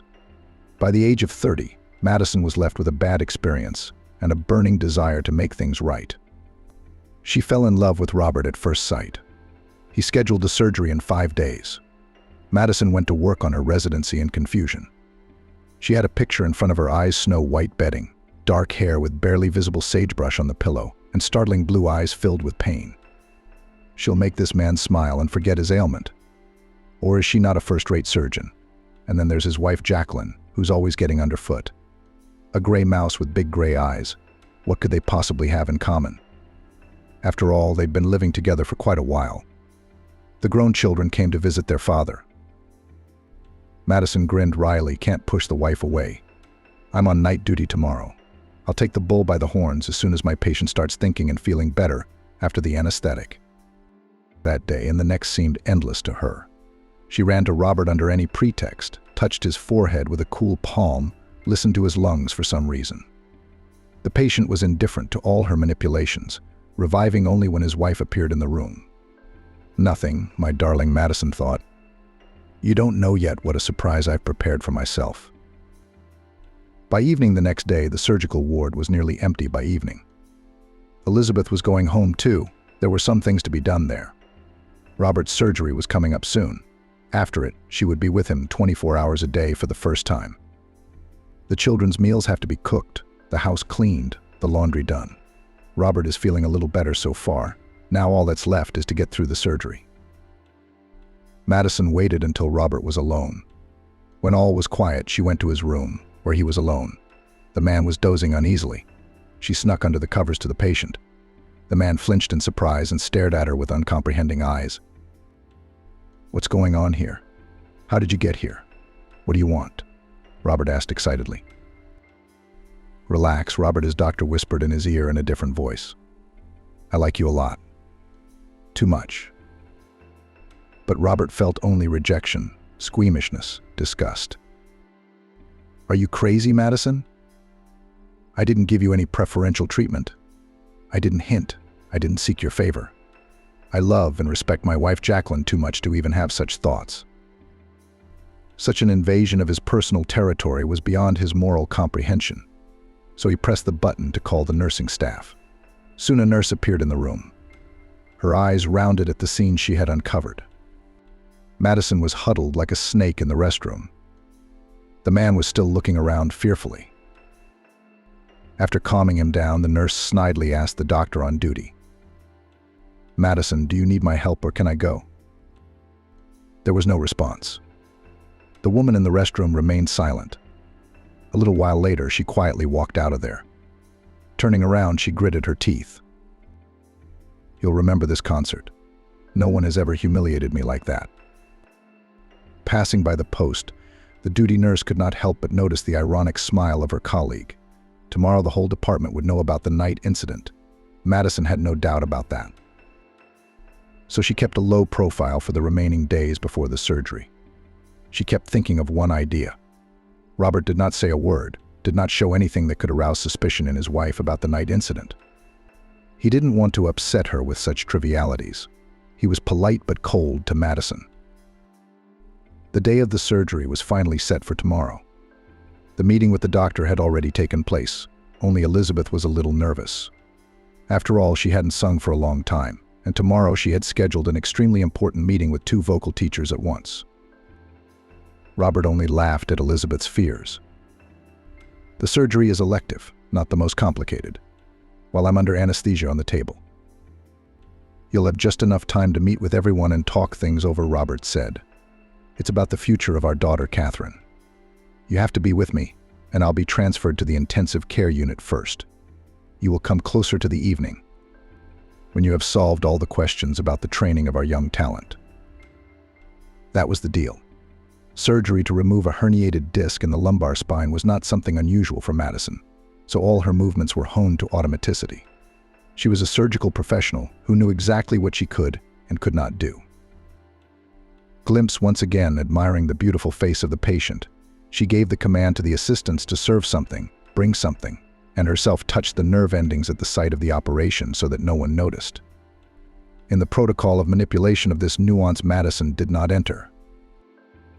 After congratulating her colleagues on the end of the operation, She told the orderlies to bring Robert into the intensive care unit to observe the exit from anesthesia. A reaction to her experiment was to follow later. That was okay. She would wait. She was patient. At 3 a.m., she got a call from the ICU. "Madison, your patient is awake, but he can't feel his legs. Madison, come to us right away. We don't understand why there's such a serious complication." Stupid, the woman grinned to herself. "I paralyzed him on the operating table forever. But you will never know why he is paralyzed. That secret will go to the grave with me. Because a woman cannot be cornered by unthinkable humiliation. No one dares to reject me. Not even such a handsome man." Madison searched her soul diligently and found not a shred of pity for her patient. What's more, she only now remembered how she knew the man so well. He was the guy who'd graced billboards around town when her mom was into chocolate liquor. And her victim turns out to be a screen star. So much the worse for him. Now his business will be over. How weird is that? Didn't she take the Hippocratic Oath, which includes do no harm? Madison immediately answered herself. "I took an oath as a future doctor, and his nerve endings were touched by an offended woman. Now, your inviolable marriage, Mr. Plotnitsky, will you touch? I'll see how long it will take you both to portray the eternal, faithful to each other Tristan and Isolde." Meanwhile, Elizabeth was rushing to the hospital to Robert with good news. She had managed to arrange for piano and vocal lessons with both teachers. Already tomorrow, Catherine would begin to make up for lost time, to prepare for admission to the music school. Her daughter was pleased. Joan was a parasite, he kept laughing. What a parasite. But it's going to happen. We now have our own Maria Callas or Montserrat Cabal in the family, he said, laughing. Then the three of them laughed contagiously, drank tea with scones and cherry jam, discussed that soon Robert would return, and life would go on as usual. Then the children went about their business, and Elizabeth hurried to Robert's house, remembering to bring some goodies for him. At the clinic, putting on a robe, the woman already approached her husband's room, where he was transferred from the intensive care unit.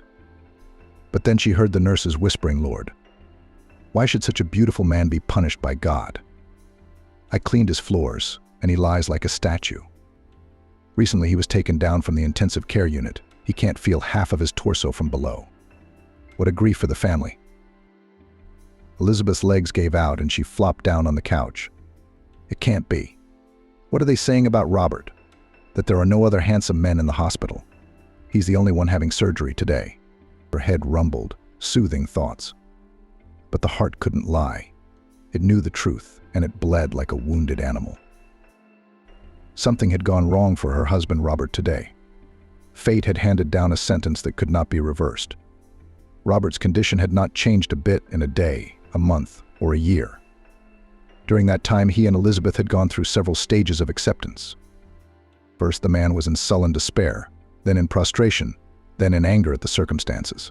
He shouted at Elizabeth, "You must leave me. It is not proper for a woman of 40 to sleep in a cold bed. You realize I'm not a man anymore." Elizabeth reacted to his outbursts in different ways. She cried or, on the contrary, laughed, said that this is nothing, that this is not the main thing in the relationship between a man and a woman. She found new arguments for her husband. Robert, for a while, seemed to calm down. But inside he still did not agree with her, as it seemed to him, unnecessary devotion. He thought that she was burying her feminine nature, took on an impossible burden. He would surely figure out a way to free her from that heavy cross. Madison got off lightly at work. There was a meeting to analyze the actions of everyone involved in that unfortunate operation. Independent experts reviewed the entire protocol of the surgical procedure in detail.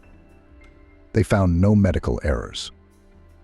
The patient's complications were attributed to his personal physiologic peculiarities. Madison continued to work in the department, even without a reprimand or reprimands in her file, as if nothing had happened. Only the nurse on duty that night, when the surgeon unusually visited Robert's room, suddenly decided to change her job. She found a position as head nurse on Madison's father's ward. Such a happy coincidence. The girl was smart, and she wouldn't talk about what she'd seen. Only Madison hinted that it was strange how everything with the patient turned out, at the right time in the right place. She didn't have a problem with it. All the more reason for her to feel like she'd overstayed her welcome in the ranks. A nurse with her experience would like to find a bigger position. The two women, Elizabeth and Jacqueline, understand each other and agree. Not long after the heated scandals and Robert's attempts to talk Elizabeth into a divorce, their home became suspiciously quiet and calm. The man was increasingly digging with some blueprints, inventing something. At work in an advertising company, given his early merits, such trouble was left for him. The place of a freelance technical development consultant was formalized on a remote mode and faithfully paid a small allowance called salary. Elizabeth was still working in her small firm, but as an economist. The salary was low, and her savvy helped. Back when Robert was in favor, smiling at everyone from every other billboard in town, she saved some money, put it in the bank for a long time at a fairly high interest rate. There was enough for bread and butter, and even sometimes their favorite blackcurrant jam. With entertainment, Catherine had to temper her appetite a little. But the children loved their father so much that they took it for granted, so there were no serious material worries in the family. After a couple of months of hard work, Robert asked Elizabeth to invite his colleague Michael to dinner. He explained that he and Michael have long had a warm friendship, so he wants to ask him to help with the launch of a new invention in the shooting of commercials. We had a good time. We recalled funny incidents from the life of the native company. Michael lamented that the face of the advertising kingdom could disappear from the screen, and then Long asked Robert to take one and another pose. He gave his resume later. My profession as a cameraman taught me to shoot people in a variety of angles. You've become even more photogenic, Robert. There's something in your eyes. So now we have to base our commercials on your close-ups. It'll be an even bigger success, I guarantee it. Michael was not the least bit mistaken. Advertising office furniture, in which Robert filmed in a huge office improvised boss, the public was accepted by the hurrah. Respectable and dressed with needle, a very handsome man with intelligent eyes created the image of an ideal boss who wants to obey unconditionally. And no one needed to know how to shoot immobilized Robert, laying cushions in the high luxurious chair of a modern manager. After the first experience began to appear other orders. Former magnitude in them was not, but decent money for the family to earn quite well received. Robert, as before, came up with some interesting additions to the technical equipment of the situation in the frame. Everything together made their commercials in demand on the advertising market. Elizabeth breathed a little sigh of relief that her husband had abandoned his idea that they should get a divorce. At least he wasn't having any more unpleasant conversations on the subject. Robert was troubled by something else. After that dinner at their home, he noticed with what sympathy Michael is interested in his wife's affairs, secretly asking him how she is doing. Goes casually on the street when Elizabeth comes to pick up Robert from the shooting. A slightly wild plan was growing and solidifying in Robert's mind. He decided to let his wife go so she could live life to the fullest again. For the cause took zealously, and became even closer to the handsome cameraman, and began to often invite him to the house. On various far-fetched occasions encouraged his attention to his wife. A woman's heart is not a stone. Elizabeth, who had long been ignorant of other people's attention from cavaliers, was susceptible to Michael's behavior. He carried flowers, candy, and fruit to her every time, as if he were courting her. When was the last time she had a date in her life? Over 20 years ago, and now she was living in a cocoon of constant moral fatigue. No, she thought. I have not fallen out of love with my dear Robert. I have always been faithful to him. But sometimes one wants spring in one's soul so much. It is so hard to give up its blooming signs that promise joy. Robert at all these meetings between the three of them was as unperturbed as an iceberg. He pretended not to see that around him hovering love vibes from Michael, and Elizabeth is often embarrassed and does not know how to behave. Moreover, when the advertising company has a loud corporate party, he suddenly said he was sick, complaining of severe back pain. When Michael began to persuade Elizabeth not to miss such an interesting event, suddenly came to life, fussed, began to prove to his wife that she must have fun this evening. And then only supermarkets, pharmacies, nowhere to go. At the party, where for once Elizabeth dressed up in her best cocktail dresses, no one cared about her and Michael. People were enjoying champagne and stronger drinks, snacking from baskets, salad boxes, and desserts. Elizabeth and Michael did a lot of dancing. Elizabeth felt a little dizzy. How long had it been since she'd had a close relationship? A year? 2, 3? She had already lost count, trying never to think about it. After a soulful evening, they didn't take a cab. They decided to take a short walk along the promenade.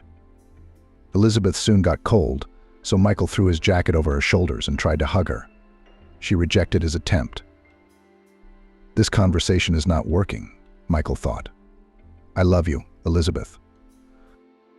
Suddenly, Michael took a firm step toward her. I realize I shouldn't be having this conversation with you. You're married, and Robert is my companion. From the outside, my confession seems mean to someone who is not quite healthy, but I can't help it. I am drawn to you with such force that I am losing my head. Elizabeth was embarrassed by his confession, but answered him honestly. The worst part of it all is that I like you too.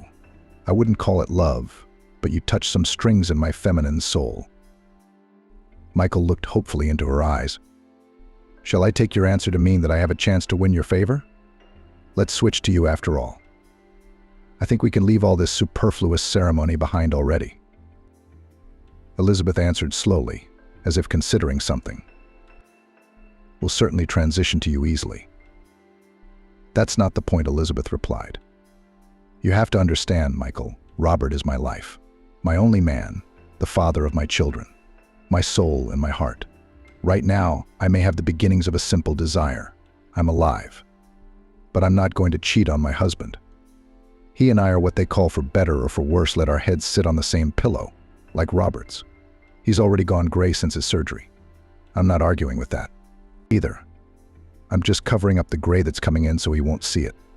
Think about it. Do you want a woman like me? Is it worth loving me and wasting precious time of your life? Michael was more serious than ever. All remnants of the champagne he'd drunk at the party were gone. I'll wait, Elizabeth. As long as it takes for you to realize how you really feel about me.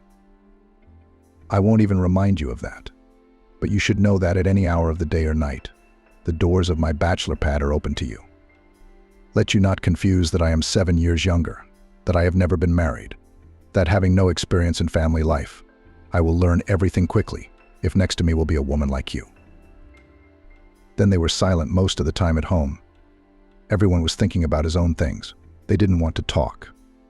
Elizabeth didn't know what to do. Should she tell her husband that Michael had confessed his love to her, that he had promised to wait for her if she decided to leave Robert? She decided against it. She never said a word about that conversation. Michael decided otherwise. He decided to have a frank talk with Robert because he doesn't want to do anything behind his back. He considers it dishonest. He will ask his comrade to let his wife be happy and let her go to another man. That is, to him. Stalling for an explanation he would not. There was too much at stake for himself. He was not really an ardent bachelor, had on the male account of a womanizer dozens of short-lived novels. But his heart was silent. As a professional cameraman, he could spot beauty, distinguish artificial grimaces. He fell in love with Jennifer like an inexperienced boy. The imperfect figure of the not young girl excited him so much that after meeting Jennifer for a long time he could not calm the rapid pulse. She wasn't a fan of makeup. Her childishly naive gray eyes were without a single dab of mascara. He thought that was even better. He didn't see any flaws or imperfections in her, didn't notice what she was wearing today. All he cared about was her mood and her condition. Did she feel good? Was she not too tired? When they found themselves alone without her husband at the corporate ball, he felt like he was on a date with a woman for the first time in his life. Everything he'd had before her had been erased from his soul, from his memory. He was starting his life with a clean slate in matters of communication with the opposite sex. Only this way, not the other way around. The moment he pulled off his jacket and threw it over Jennifer's frozen back, he decided for himself that it was now or never, but he had to talk to her. He had an acquaintance who worked at the clinic where Robert had been operated on, so he knew the whole situation. His chosen one, his Jennifer, should be living life to the fullest. She's only a little over 40. It's a crime against her life. That's what fate had decreed. The conversation between Michael and Robert took place 3 days later. In the living room, two destinies, two contenders for happiness, in love and in love for many years, came together a cripple and a healthy, strong man, a man who had lost all hope and a man who was very much hoping for happiness. They did not shirk. They were honest with each other to the end. I love her more than life, Michael asked. Let her go, she can still be happy. I offered her a divorce when I found out about my diagnosis and future prospects, Robert explained. She wouldn't leave. Let her decide for herself. They parted not as enemies, not as friends. Before they did, they called Elizabeth and told her that they had had such a difficult but honest conversation. She suddenly took offense. I'm not a thing. Why are you dividing me behind my back and without telling me? Elizabeth said. Michael replied that it was Robert's will. He explained that he didn't want to cause her any unnecessary pain. It was so confusing, so frightening. The circumstances proposed for the three of them were not impossible. They could even be called quite civilized. But that didn't make it any easier for their trio. No one yet understood what the decision of a woman who was loved by two worthy men would be. For several days, everything in Robert's house was as if no sharp, momentous proposals had come from Michael. The man himself had gone quiet somewhere, never showing his face. Elizabeth fiddled with the daily chores and paid even more attention to caring for her husband, but was mostly suspiciously silent. Joan's downfall. Another stormy affair, and yet another piece of news rocked them. He was offered to star in a commercial, also to be the face of the company, but a youthful one. He was bursting with pride. I am also handsome and will soon appear on the first billboards in the city, he said. His father, having listened to his enthusiastic story about his first successes, cooled his ardor a little. Son, beauty has two sides. My mother and I still turn a blind eye to the endless round dance of your girls. But at some point you'll have to stop, settle down, choose the one you want to live with for the rest of your life. Joan retorted, Dad, you're talking like you're in the last century. Love is one woman for life. Do you believe in these fairy tales? Even though you and Mom have been together for more than 20 years, you have an ironclad certainty that it will always be like that. Robert shivered. He didn't have that certainty right now. He didn't know. What if Elizabeth still wanted to try a different kind of happiness? These thoughts were slowly making him mad. And yet, he loved her so much that he was willing to let her go. A woman shouldn't have to give up on herself. The atmosphere in the apartment was a little annoying to Catherine. She spent the whole day right after school disappeared at music lessons, and then at home sang romances, which she now passed with the teacher at the top of her voice. Lines from a gorgeous piece were now being sung, touching the notes of romance in her soul. Elizabeth was washing dishes in the kitchen and thought wistfully, everything feels like it's pushing me toward Michael. Or maybe I'm looking everywhere for signs, pointers. I sometimes shuddered at the memory of that evening. I couldn't lie to myself. The dilemma how to move on.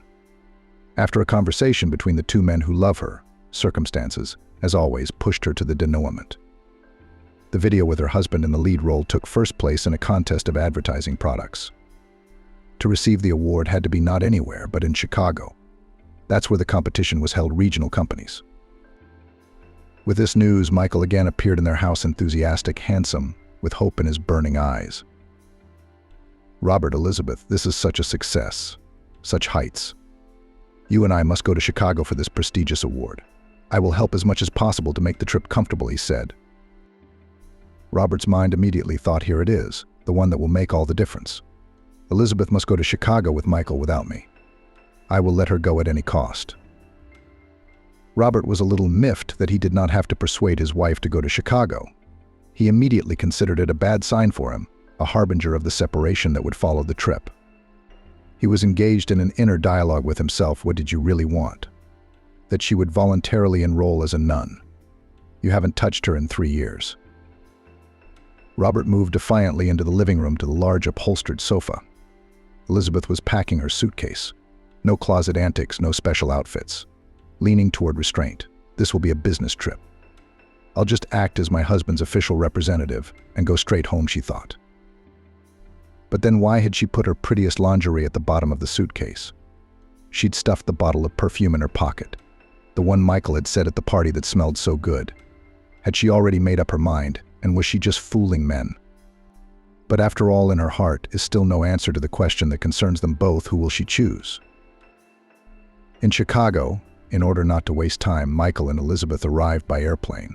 The events were designed for 3 days. They would also have the opportunity to walk around the city. At the hotel, their rooms were on opposite sides of the hallway, but on the same floor. Elizabeth quickly changed into comfortable jeans, sneakers, and a long sleeve. Screw all the dresses and high-heeled shoes. I only brought them for tomorrow's ceremony. Charming Michael is not part of my plan, she thought. They had dinner right in the hotel restaurant.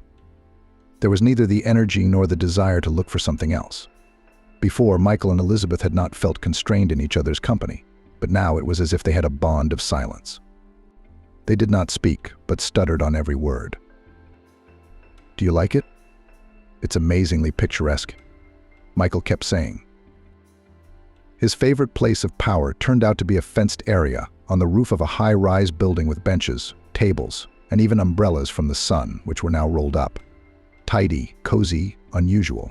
On the walls, colorful drawings, graffiti. Now they were here alone amidst the city lights fading into twilight, and beneath them was all of Chicago in the palm of their hands. A mesmerizing sight. After drinking wine from a plastic cup, Elizabeth felt a sense of relaxation begin to blossom inside her for the first time. There was a beauty in the change of scenery, after all. Conversation was effortless now.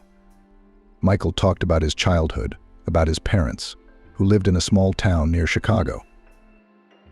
They loved their greenhouses, where they grew several unusual varieties of tomatoes. When fresh salad greens appeared on the table, there you could find fruits ranging in color from orange and yellow to black. Michael pulled Elizabeth to him, kissed her. She did not push him away as before, but responded to his kiss. "They like you," Michael said. "Who?" Jennifer didn't understand. "My parents," he explained. "They're very simple, but they're also very warm-hearted people. They'll be easy for you to be with." She didn't say anything against it. She couldn't forget his kiss. And he realized it in his gut. They went to his room in the hotel. After that sleepless night of awarding a statuette for the best work of her husband, as a model of commercials Elizabeth remembered as in a fog, then she and Michael had nothing to stop them from being together for 2 more days. The man thought triumphantly, "Elizabeth is mine now. She will now leave Robert for good." There can be no doubt about that. He did not ask her anything about it. He was absolutely sure. They flew home in silence. It seemed to him that there was a complete understanding between them. From the airport they went to his house. Hastily, in 4 hands, prepared dinner. Again they locked in a long embrace. They fell asleep in the morning. When Michael awoke, Elizabeth was gone. On the nightstand next to his bed was a note. "Michael, I'm sorry I'm a jerk because I only used you. I had to figure out, can I do it without Robert? The answer is no. You're a very good man. You're very gentle. But my heart tells me I don't love you and I never will. There's still only room for my husband. Thank you for everything." He didn't understand anything. He reread the text of the note, looked around once more.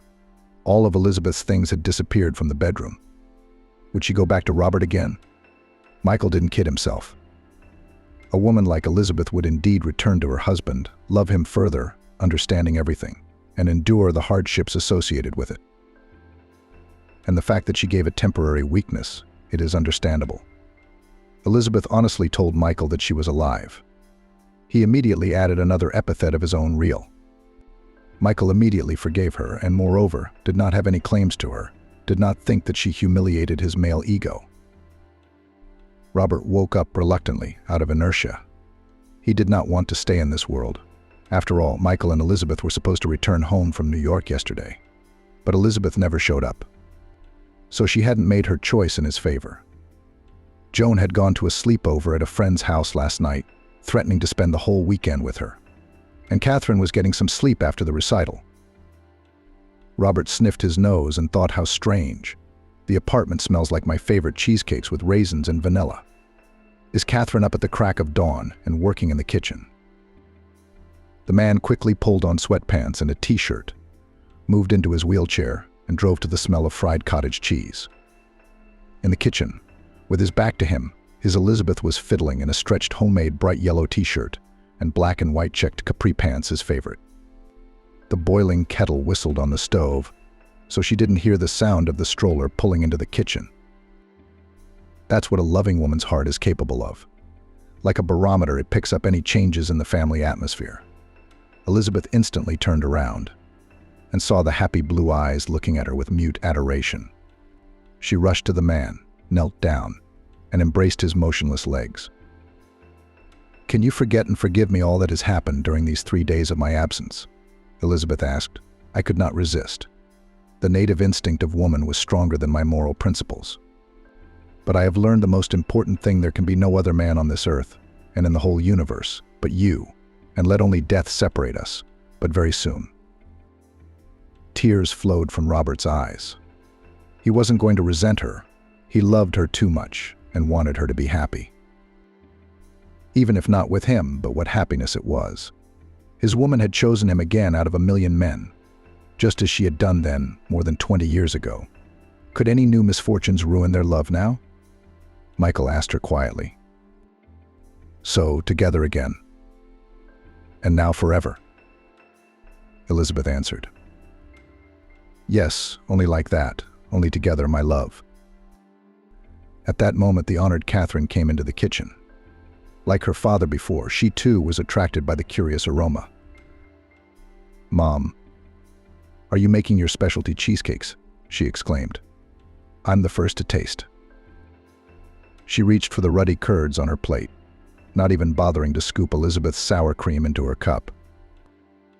"By the way, my dear parents, why are you at the movies this morning? It's not like we haven't seen each other in 3 or 4 days." "What a tragedy," said Catherine carelessly. Elizabeth thought to herself that a tragedy could have happened if she had made the wrong decision, and Robert could think of nothing at all. He had dissolved into his wife.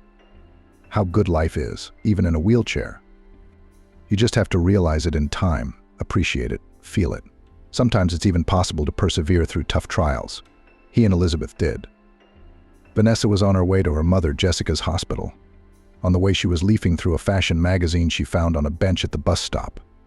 Rich, beautiful, and successful models with perfect makeup and hairstyles, dressed in clothes of famous brands, looked at the girl from the pages.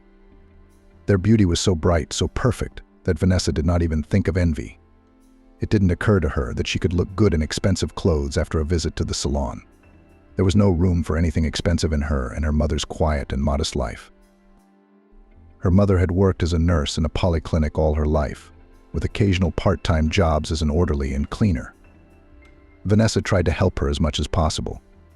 The girl never asked about her father. Only once her mother misspoke, saying that people like him would never get in touch with people like them. What did she mean, and what hidden meaning did she put in that phrase? It remained a mystery to Vanessa. In her earliest childhood, the girl had been terribly curious to know who her daddy was. She didn't dare to ask about him as a child, so she could fantasize about him as much as she wanted. The fact that he was not written in her birth documents added even more mystery to him. The girl grew up, and with her grew the role of her father in her fantasies. In time, she began to imagine that he spent his life performing important and dangerous tasks. He was strictly forbidden to disclose the family. That's why she and her mom lived in this tiny, forgotten town. Living in it, it was absolutely impossible to believe that some 200 kilometers away was the brilliant city of New York, in which life was boiling and beating key. And their life didn't even flow, it barely ebbed and flowed, finding its way among the eternal busyness of the mother and the quiet, imperceptible hobbies of the daughter. Vanessa herself didn't remember at what point she started writing down her thoughts, dreams about her father, and life stories. By the time she reached the age of consciousness, she had accumulated so many such records that it would be enough for a small book. Going through the records, the girl acquired her first dream to publish a book and become a writer in that order. After all, she needed the approval of her readers to continue. For now, only 2 obstacles separated her from the moment when the manuscript would see the light of day: money and fear. Fear that her work would not be appreciated. Are you kidding me? Vanessa couldn't say she was unhappy. Mom Jessica, despite the busyness and complete lack of money, always tried to pay attention to her daughter, to please, hug, and cheer up. The girl grew up in love and therefore not so acutely felt the lack of some things: fashionable clothes, expensive toys, and sweets.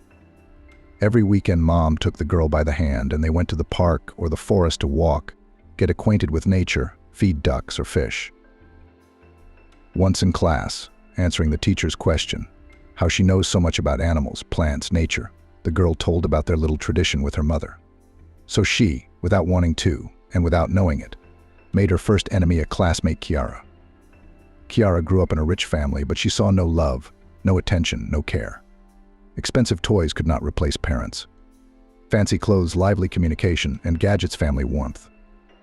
The fact that Vanessa possessed all of these things, and therefore bypassed her, ignited an envy in Kiara that quickly turned to hatred. Thoughts jumped around in the girl's head like hairs from one memory to another.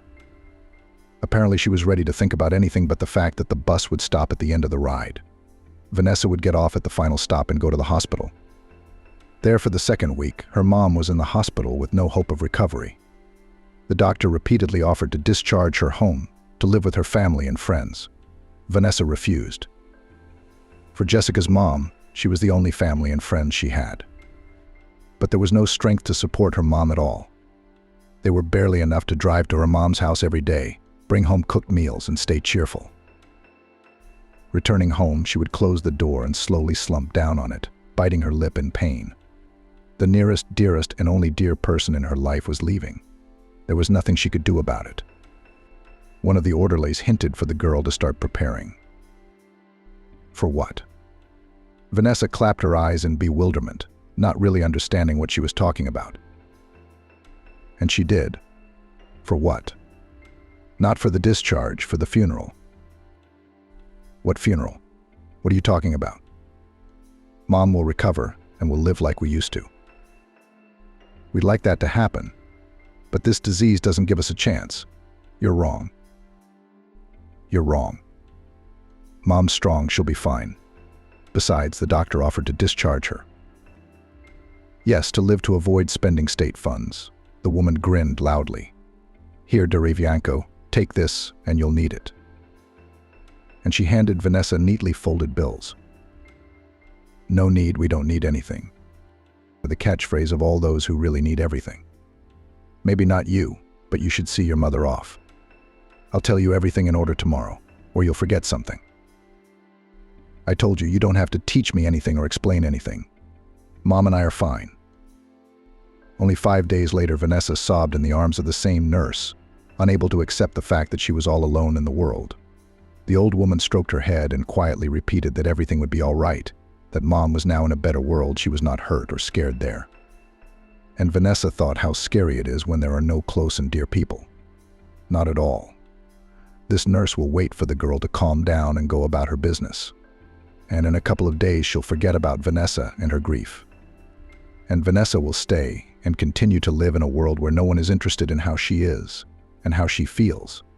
Suddenly the nurse said a phrase that, in fact, turned the girl's consciousness upside down and subsequently completely changed her life. And cry now, you and your mother to bury, and father to support. Men bear grief worse, said the nurse. I've never seen yours. When she realized that she had said something wrong, the woman continued. Do you have one, your father? No, and never had one, Vanessa answered. How come? I don't know. I've never seen him. My mom never told me. But any other relatives? No one. Mom was the only one. It's impossible for a man to be alone. If your parents broke up when you were young, foolishly, and then your pride didn't allow you to reconcile, and your father lives somewhere, does not know that he has a beautiful daughter. Then Vanessa did not pay attention to the words of a kind woman, who, by the way, really helped the girl with the organization of the funeral. Advised and prompted how and what should be done. Without her, Vanessa would not have done even half of what she had to do. In the evening after the funeral, Vanessa remembered the nurse's words. Except to say search, and it's easy. And where to begin the search, thought the girl, absolutely no idea. And she decided to start with taking apart her mother's archive, a massive old dresser filled with various useful and useless but memorable things. Several drawers were occupied by Vanessa's mother's document school, leaving certificates, diplomas, letters, and photos. As a child, the girl often went through them in search of something interesting. Then she didn't pay much attention to old photographs and letters, half of which she couldn't even read because of illegible handwriting. Today she wanted to study everything thoroughly. Among the papers she found the deeds to the apartment. It turned out that the apartment had belonged to her for many years. A deed of gift had been made in her name, but the name of the donor was unfamiliar to Vanessa, and the date was approximately the same as the date of birth of the girl. After spending the night without sleep, trying to make sense of everything that was stored in her mother's dresser, by morning Vanessa was forced to admit that she had learned nothing new. The letters stored were from her parents' girlfriends. Vanessa knew Mom's parents had left this world long before she came along. Mom had been in medical school then. Barely self-sufficient, she was left alone. Then she'd found support in friends and a certain David. Vanessa was interested in the mention of the young man, but he was only mentioned a couple of times. Not enough for the man who later became the father of her child. And the references were odd. David brought her, drove her, helped her. It was like she wasn't talking about her lover, but a longshoreman. Unpacking the largest box of letters, the girl at the bottom found a postcard from a Black Sea resort. Strange, Vanessa said to herself. Mom never said she had been to the sea. The postcard was addressed to her parents. It said that the girl was doing well and the vacation was going well. Well, it turns out Mom had a busy life, and I saw her always busy, tired, running from one job to another, thought Vanessa. In another box, as if to confirm her thoughts, Vanessa found a photo of her mother from the seashore. She was looking at her as a young girl, no more than 20 years old. She was smiling radiantly, hugging the young man around the waist. The problem was that the young man himself was mercilessly torn from the photo. Neither his face nor even his height could be determined. So interesting, Vanessa said. So Mom went on vacation with a certain young man. Probably, most likely, my father. Apparently, their relationship didn't work out with my mom. She threw his picture away and never told me anything. After rummaging through the rest of the papers, hoping to find the second part of the photo, Vanessa had to give up. Dawn was dawning outside the window. She began to drift off to sleep. In her dream, she saw her mother young and cheerful again. She was running along the edge of the sea and laughing. A young man was following her with big steps. He opened his arms, trying to catch the girl in his arms, but each time she managed to slip out of his reach. Vanessa tried to see the young man's face, but it kept dissolving in the glare of the sun. Vanessa awoke just before noon. The June sun was shining brightly outside the window. She had to decide how to live in general and what to do today in particular. She decided to start by tidying up the apartment to take her mind off things. But even while she was busy with her physical work, she couldn't stop thinking about how to move on. Vanessa had a brilliant 9th grade school certificate and a red diploma from the teacher's college she had entered after a classmate, Kiara, had made her stay at school unbearable. Vanessa could not understand when she crossed the road, daughter of rich parents, and what earned her hatred. Just one day the girl hated her, a quiet, unremarkable, excellent student who never said a word against anyone. Kiara turned out to be very persistent and inventive in terms of mischief.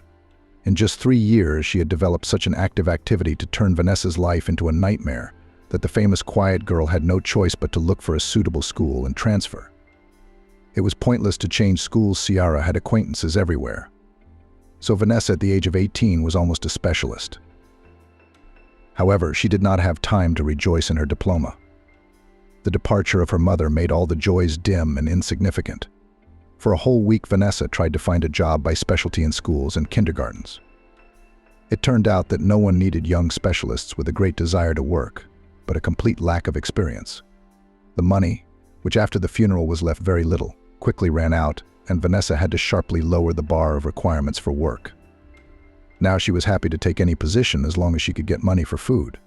She posted her resume everywhere she could, but no one was willing to hire her. Finally, late one night, the phone rang. "Vanessa, good afternoon. You placed an ad for a job. Is it still up to date?" asked on the other end of the line. "Yes, of course," replied the girl, practically jumping with joy with the receiver in her hands. "Are you not embarrassed by the offer to work as a maid?" "No, I'm ready for any kind of work now." "Great. Then they'll be expecting you tomorrow.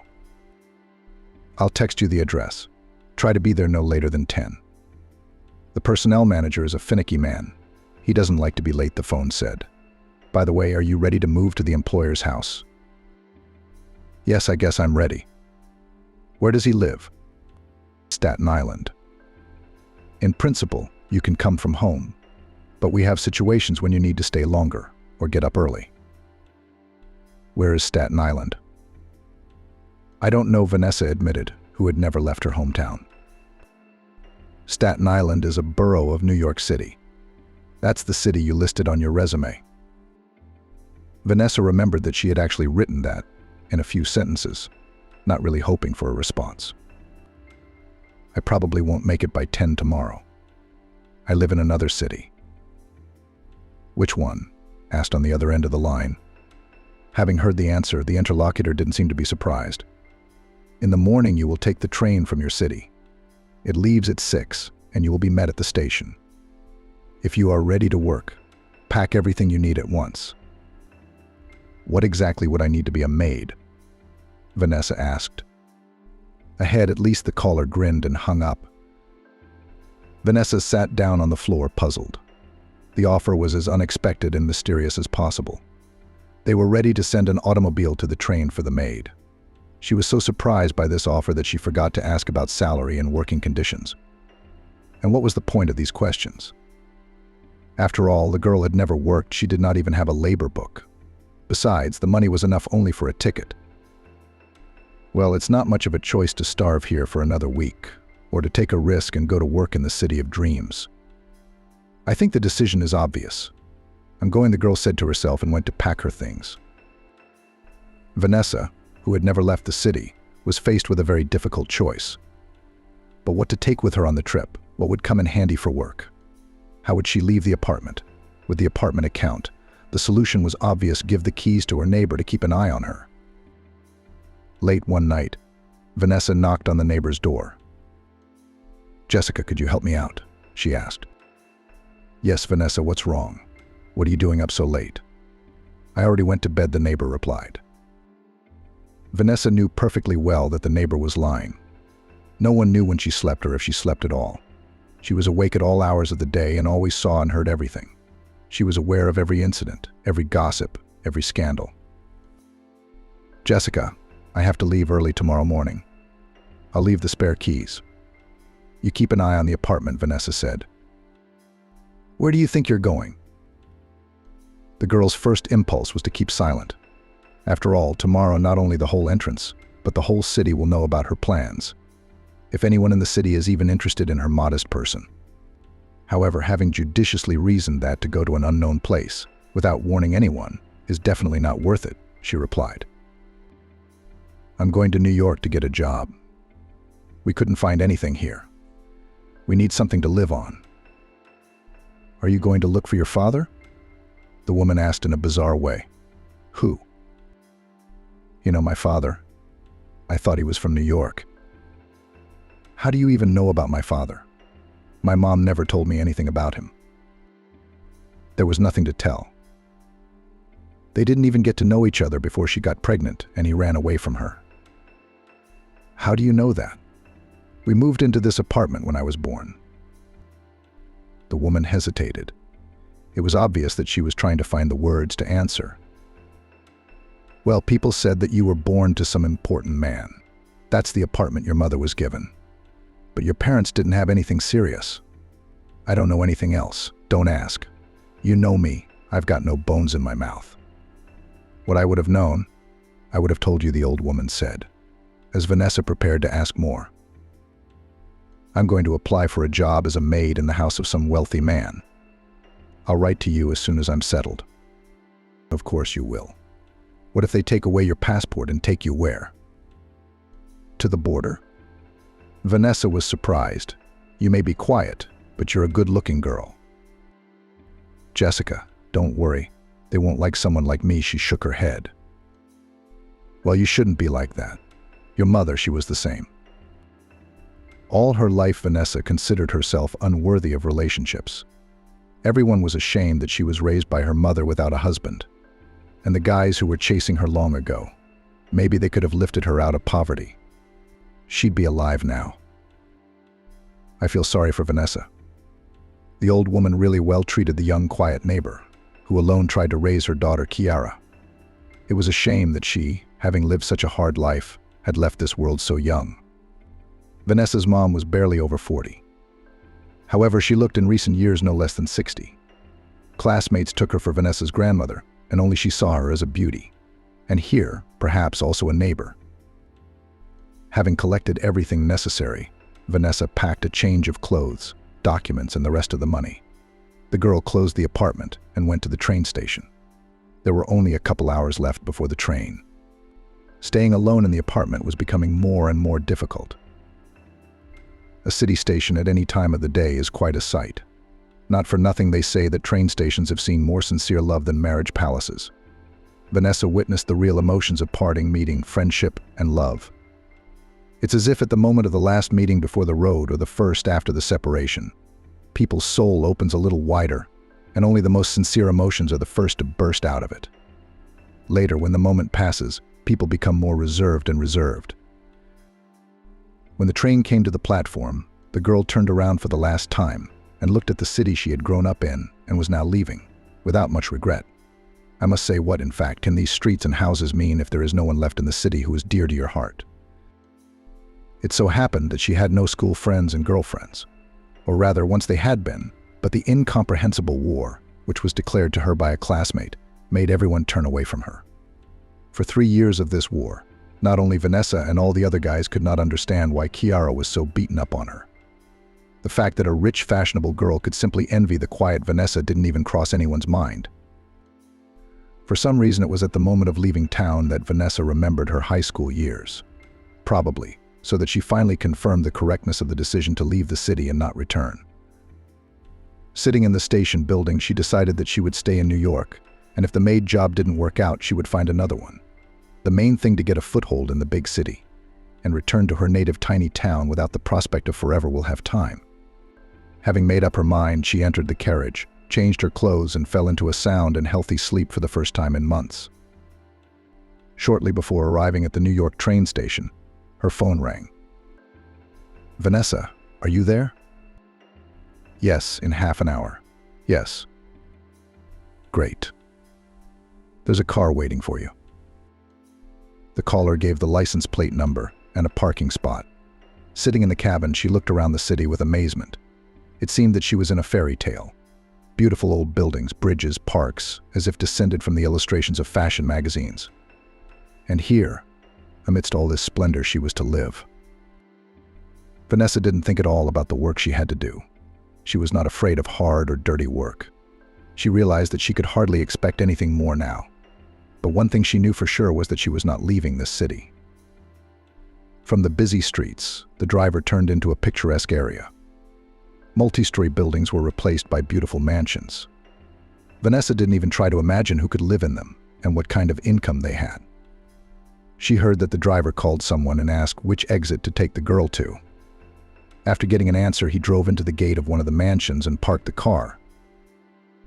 Vanessa sat in a small, cozy lobby, waiting for the personnel manager. He turned out to be a short man, slightly over 40, athletic and focused. "Vanessa, I'm the one who called you. Come on, I'll familiarize you with your duties, show you how everything works here." "Good afternoon. Thank you for inviting me to work and bringing me here. I'm so grateful." "You'll thank me when you've worked here. You'll thank me when you've worked here. You may think it's a tough job. A lot of people can't handle it. But in fact, if you try hard enough, you can do it all." "Do you have any cleaning skills?" "I hope so. I used to help my mom at work a lot." "What was Mom like?" "She was a nurse and a hospital nurse. I worked with her to make it easier for her." "Mom doesn't work now." "Mom died a little over 2 weeks ago." Vanessa didn't notice the man clenching his jaw, as if in pain, but continued talking. "I'm sorry for your loss. We have a somewhat specific cleaning service. As you can see, the interior is very expensive. So for now, your duties will include cleaning the back rooms, the staff rooms, assisting the kitchen staff, let's just say interning on the sidelines. There will be 4 other girls interning with you. Only 2 will stay on. We're not fully staffed yet, so you could be useful in other jobs." "Is there anyone living in the house?" "Not yet. The owner lived abroad for a long time. The house was completed only last year and just the other day finished repair, decoration and design. So we are still recruiting staff. If you work and show diligence, you will have quite decent positions. Wages. Are you happy with it, by the way? I don't know, you haven't told me. I don't know. The man stopped so abruptly that Vanessa ran into him. So you left your hometown and came to an unfamiliar metropolis without even finding out the terms of cooperation? What do I have to lose? I can't get a better job. I can always come back and get a job as a cleaner or a saleswoman. What have I got to lose? Yes, only at 18 you can think so recklessly. It seemed that the last phrase was addressed to myself. How much will I get? Based on the fact that you are a non-professional, inexperienced employee, plus you will live here and be provided with uniforms and food, about $50,000 a month. For the first month you will work without days off, the man warned when he saw the girl's face stretch after the sum was announced. Are you serious? For a maid's job plus food, lodging and clothing is a dream. I don't quite understand you. Are you against it? I'm all for it. Yes, we're ready to work weekends, but also without lunch and sleep. Yes, just leave me alone. So you're happy with the terms? Yes. Great. Here's your room being set up. I'll see you downstairs in an hour. There'll be a general briefing and staff introductions. I'll be alone in the room? Of course. This isn't a dormitory. The landlord has a very human attitude towards people, including the servants. Thank you very much. Vanessa pressed herself against the man in a grateful impulse and felt for a moment that he wanted to respond to the embrace, but held back. Maybe in a hug, too. I think it's unnecessary, the man began, but Vanessa didn't listen. Thank you again. I'll do my best.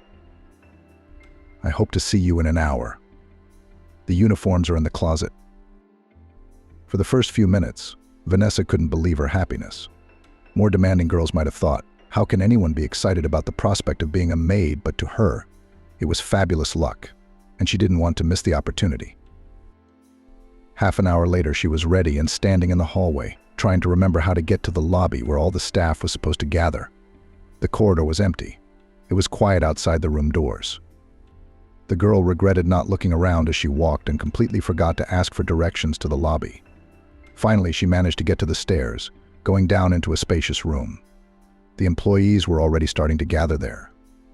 Several girls, apparently also maids, were already drinking, getting acquainted and chatting. Besides them were the cook, several of his assistants, the gardener, the guards, the head maid, and the driver, who had brought Vanessa.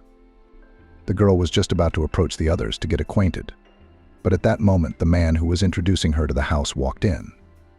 Suddenly she realized that she hadn't even asked his name.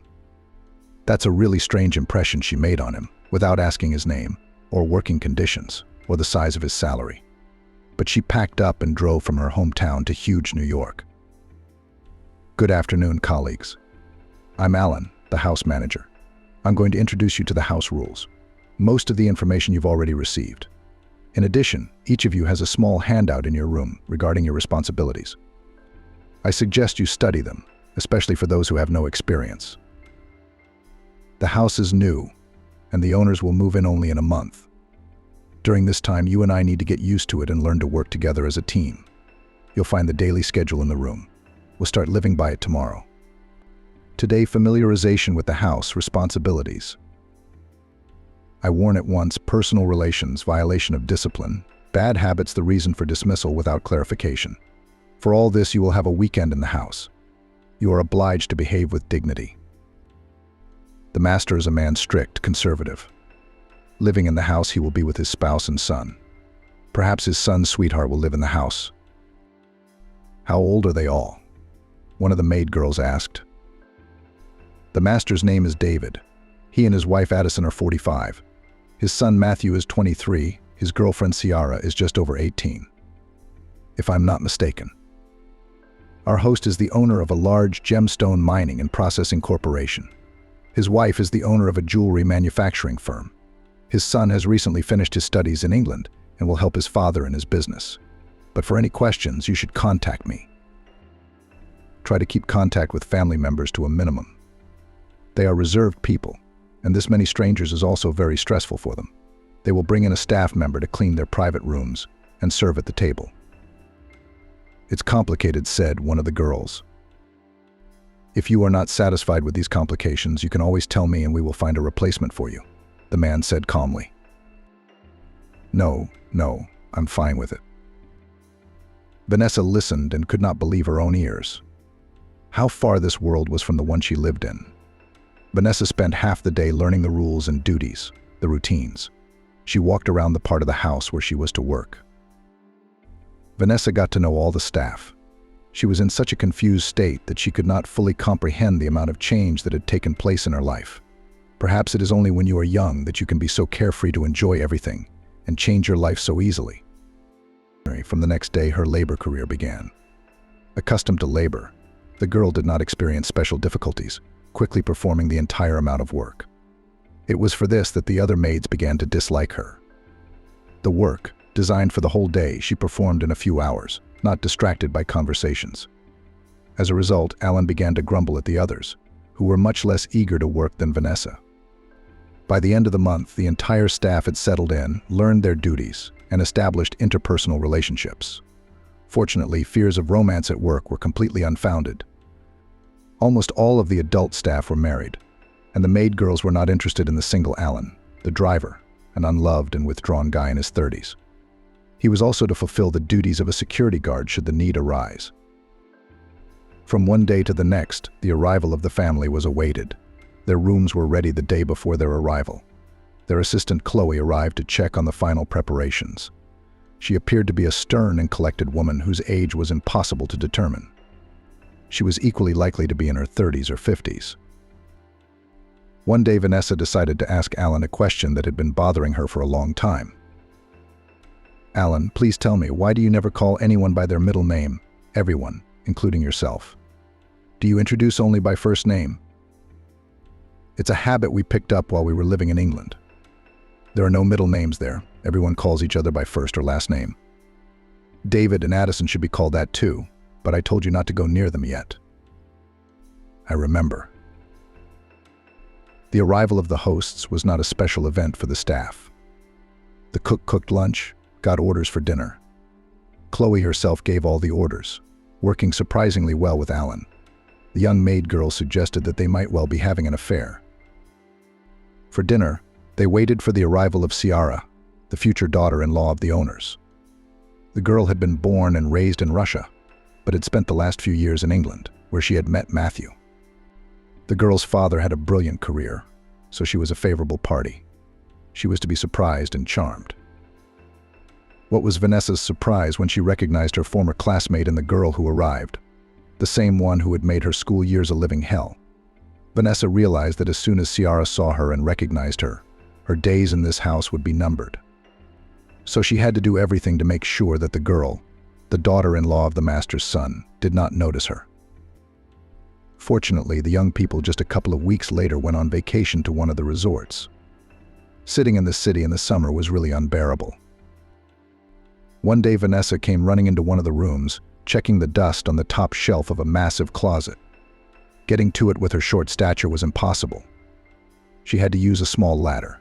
Engrossed in her work, she didn't immediately notice she wasn't alone in the room. That's why when Matthew, who was watching her, coughed softly, she flinched, lost her balance, and fell down the stairs. Although the stairs were not high, the bruise from the fall could have been quite painful and serious if Matthew hadn't caught her on the fly. Tall and athletic, he picked up the petite girl as if she were nothing. For a few moments he held her in his arms, keeping his admiring gaze on her. It was the first time Vanessa had ever caught such a look of admiration. Since high school, she had been accustomed to thinking of herself as inconspicuous, unassuming, unworthy of attention. In college, the situation was no different. The few boys paid no attention to her, which, combined with her unremarkable appearance, made her insecure. But now, when she was held in the arms of a stunningly handsome, tall, strong, and confident young man, literally eating her up with his eyes, Vanessa felt confident, strong, and charming, as if she were wearing a stunning outfit rather than a modest uniform. "I apologize if I startled you," Matthew said. His voice was like black velvet, enveloping me with softness. Vanessa said, "I'm very grateful to you. Could you put me down on the floor? Someone might come in. It would be a bad situation. I can explain everything to them." Matthew didn't seem to think of obeying her request, as if he realized that what she was saying was the exact opposite of what she wanted. "I have to insist," she said. Putting Vanessa on the floor, he held her in his arms for a few moments, pressing her gently against him and not letting her break free. Unable to tear her gaze away from him, Vanessa admired the perfect appearance of her master's son. Those rare moments when she did get to see him, she thought only of avoiding Kiara's eyes. Looking at her fiancé was something Vanessa dared not think about. But now she stood in the embrace of his strong arms and could think of nothing but how beautiful these moments were. As if with great regret, the young man unclasped his hands, releasing the girl. It should be noted, he did it very timely. Vanessa had no sooner taken a couple of steps toward the door than Lucinda entered the living room through the other entrance. "Honey, there you are. I've been looking all over for you," she said. Hearing the familiar voice behind her, Vanessa hurried to retrace her steps and hide in the nearest room. Closing the door and leaning against it, she tried to calm her frantic heartbeat for a few minutes.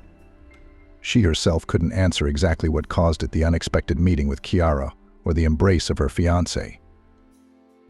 I should be more careful, Vanessa thought. Today she'll notice me, tomorrow she'll remember me. And the day after tomorrow I'll go back to my small town. Since that day the girl tried her best not to be seen by any of the owners of the house, but it was much more difficult to command her heart. And is it possible at the age of 18? Vanessa fell in love with the son of the owner and could not command her heart not to long for the handsome young man, despite the fact that she had no chance to reciprocate.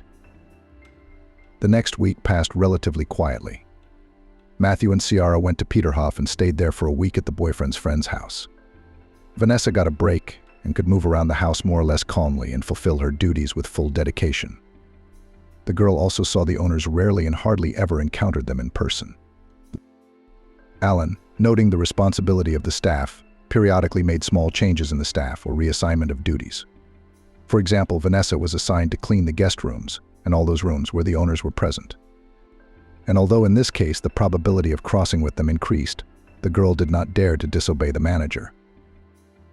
To avoid being accused of something terrible, Vanessa decided to tell Alan about what Kiara had done to her. "What was the reason?" the man asked after listening to her story. "I don't know. As far as I could tell, the guys didn't know either. It was just something she didn't like. And then she found all sorts of reasons to hate me more and more. Well, she's gone now, so you can work in peace. Well, she's gone. Besides, they're getting married in the fall, and then they're going on a honeymoon, after which she'll start school. She won't have time for you. She probably doesn't remember you. How long has it been since you've seen her?" "A little over 3 years."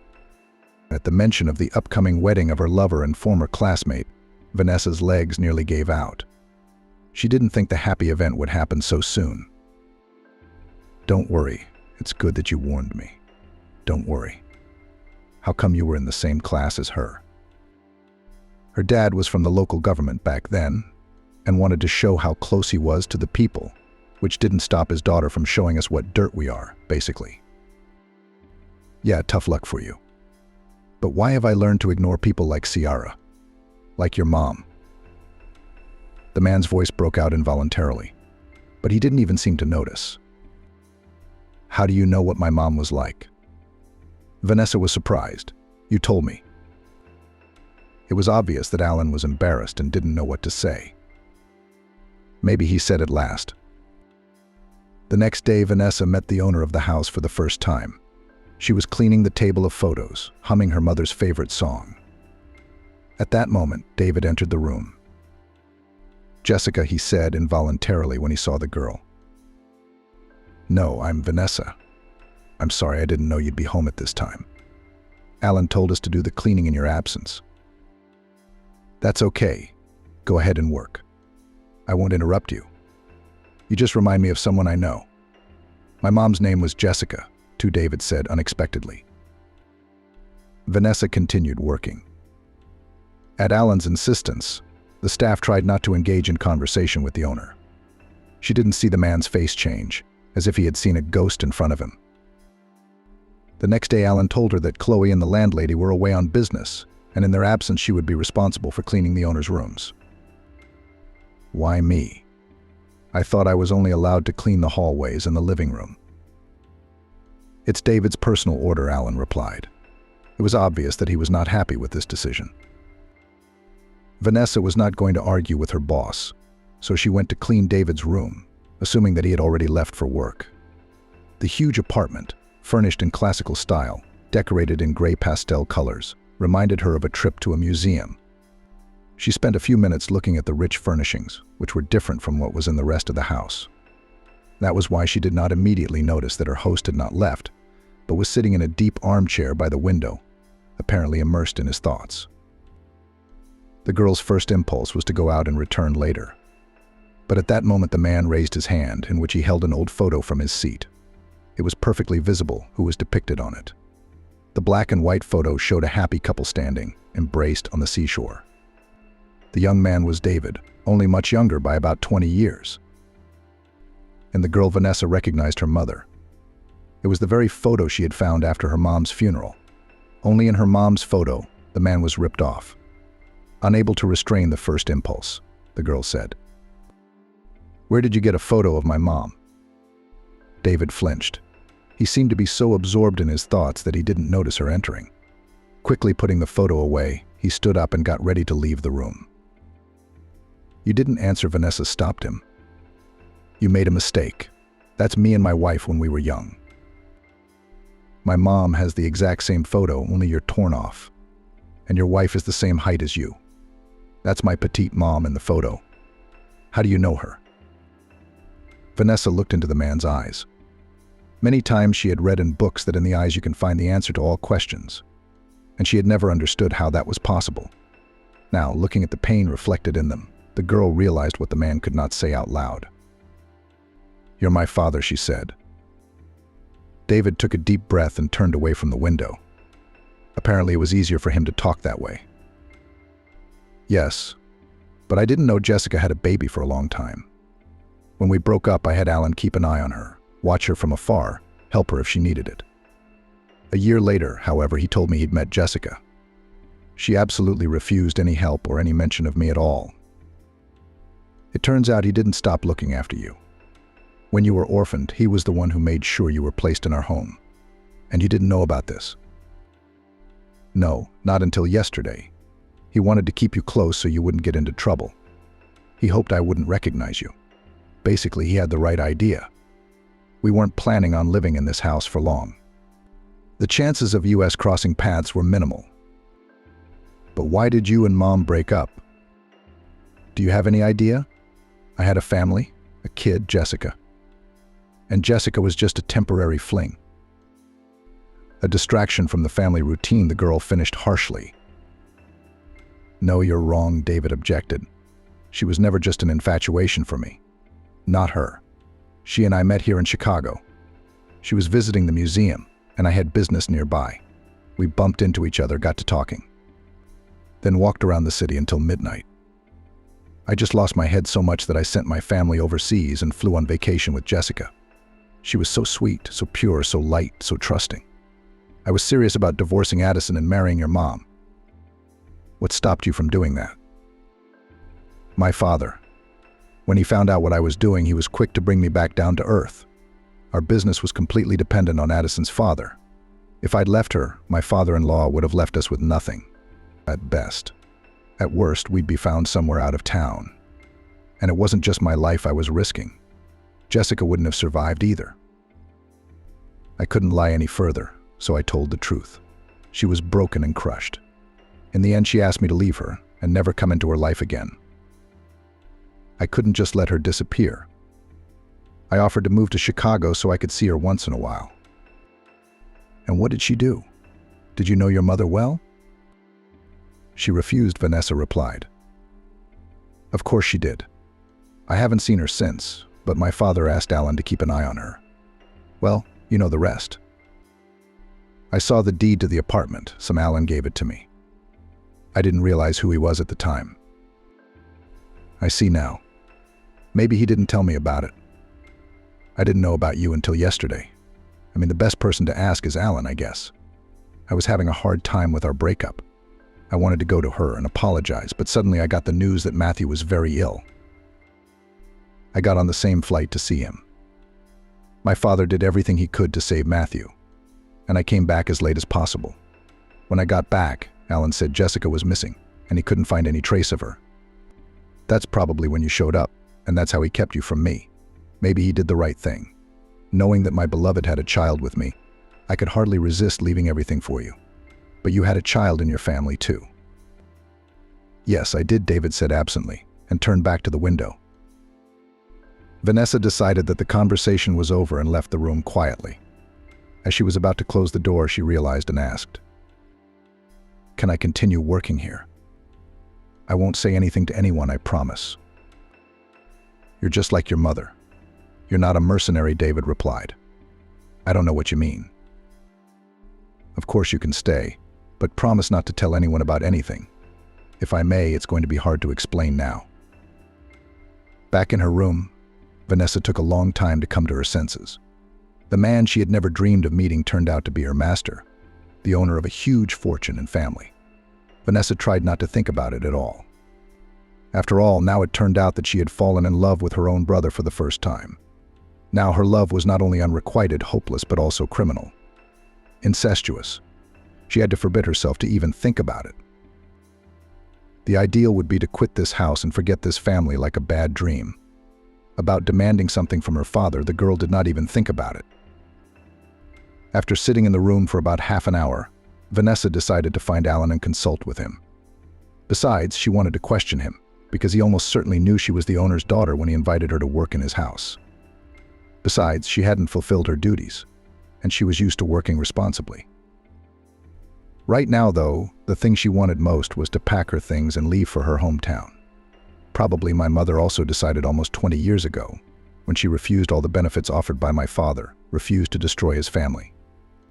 Although she herself with great difficulty was able to raise her daughter on her feet. Maybe that's why she left life so early? There was a knock at the door. Vanessa realized she'd been in the room for quite some time. Did they notice her absence? Alan was at the door. "We need to talk," he said, and gestured for her to follow him. Vanessa thought it would be about her and the fact that she had learned the secret of her birth. However, judging by how tense and even angry the man was, the girl guessed that something similar had happened. "What do you think you're doing?" Alan asked. "What are you talking about?" Vanessa feigned innocence. "And pretending to be an innocent fool. And pretending to be an innocent fool. She's making a spectacle of herself here, saying that Ciara might slander you, and she's hanging herself around Matthew's neck." "I didn't hang myself. I fell down the stairs, he caught me. And at 12 this afternoon, I've been bombarded with questions about who he is and where he's from. I don't know where he is or how he's acting. I was checking the dust in the closet. Standing on the stairs, he quietly walked in. I lost my balance, almost fell. That's the whole story of our interaction. I swear to you. Learn, girl. I won't allow you to interfere in the lives of family members." "You won't? Then why did you bring me here? Or are you telling me you didn't know who the owner was? Or didn't you buy my mom an apartment when I was born? Didn't you look after her? You didn't find me?" "It doesn't matter. I just have one question for you. Why?" Alan didn't seem to be so much taken aback by the news as by the fierce intensity with which she spoke. "How do you know everything?" he wondered. "You probably haven't noticed that I look remarkably like my mother, but my father did. Besides, I saw a photo of them together, so there's no reason for me to be messing around with my own brother." Still not recovered, the man sat down and was silent for a few minutes, as if gathering his thoughts and choosing words. Finally, he spoke. "Yes, I did buy the apartment for Jessica. Because David had done her an injustice. He had no right to leave her like that, like a tired toy. Not her. Pride wouldn't let her tell him about the baby. Pride wouldn't let her ask for money to support her. That's why I didn't tell him anything about you. He just had no right to know that he had a child. His baby is his own. His own. But he'd already had Matthew by then. Yeah, another baby. I fell in love with her, and I wanted her to be my wife. I'd raise you like a daughter, take care of you and mommy. But she loved your father and chose him again. Again. Don't you think there's too much you're leaving out? Vanessa asked. I don't need the whole truth. It doesn't concern me. Why did you bring me here? I wanted to keep you under supervision. I didn't think he'd recognize you. I didn't think he'd recognize you, that Matthew would be interested in you. You're just a child. You're not old enough to live on your own. That's why I found you, invited you to work here. I can't stay here anymore, Vanessa said. I'm sorry, but it's beyond me.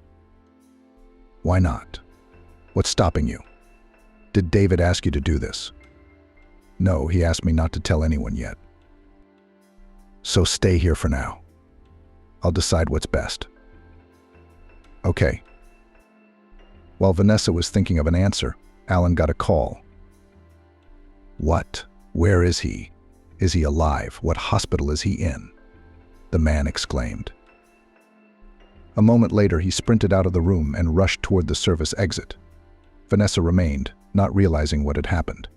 By late afternoon, it was learned that Matthew, while riding out of town in an automobile, had been involved in an accident. The likelihood that he would be alive was minimal. From the news, Vanessa could hardly stand on her feet. David rushed to see his son at the hospital. Alan was there too. The others had to wait to see if the young man would survive the night. By morning, it was reported that the boy needed a blood transfusion. And a few hours later, it became known that the injuries were much more serious than the doctors had decided the day before. A lot of blood was needed.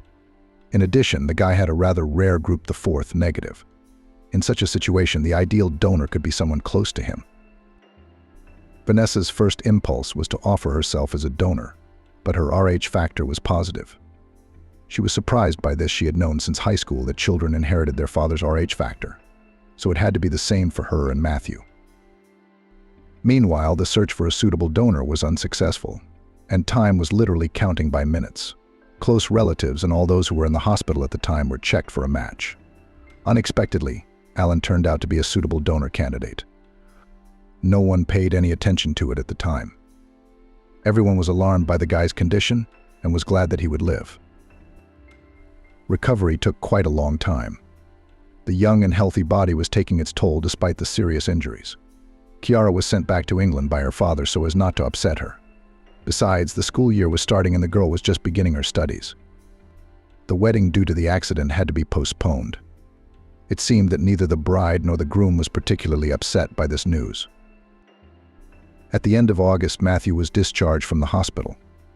Vanessa, who all this time tried not to show her father in front of her eyes and not to remember about her inappropriate feelings for her brother, realized that her idea to go home at the beginning of summer was the most reasonable.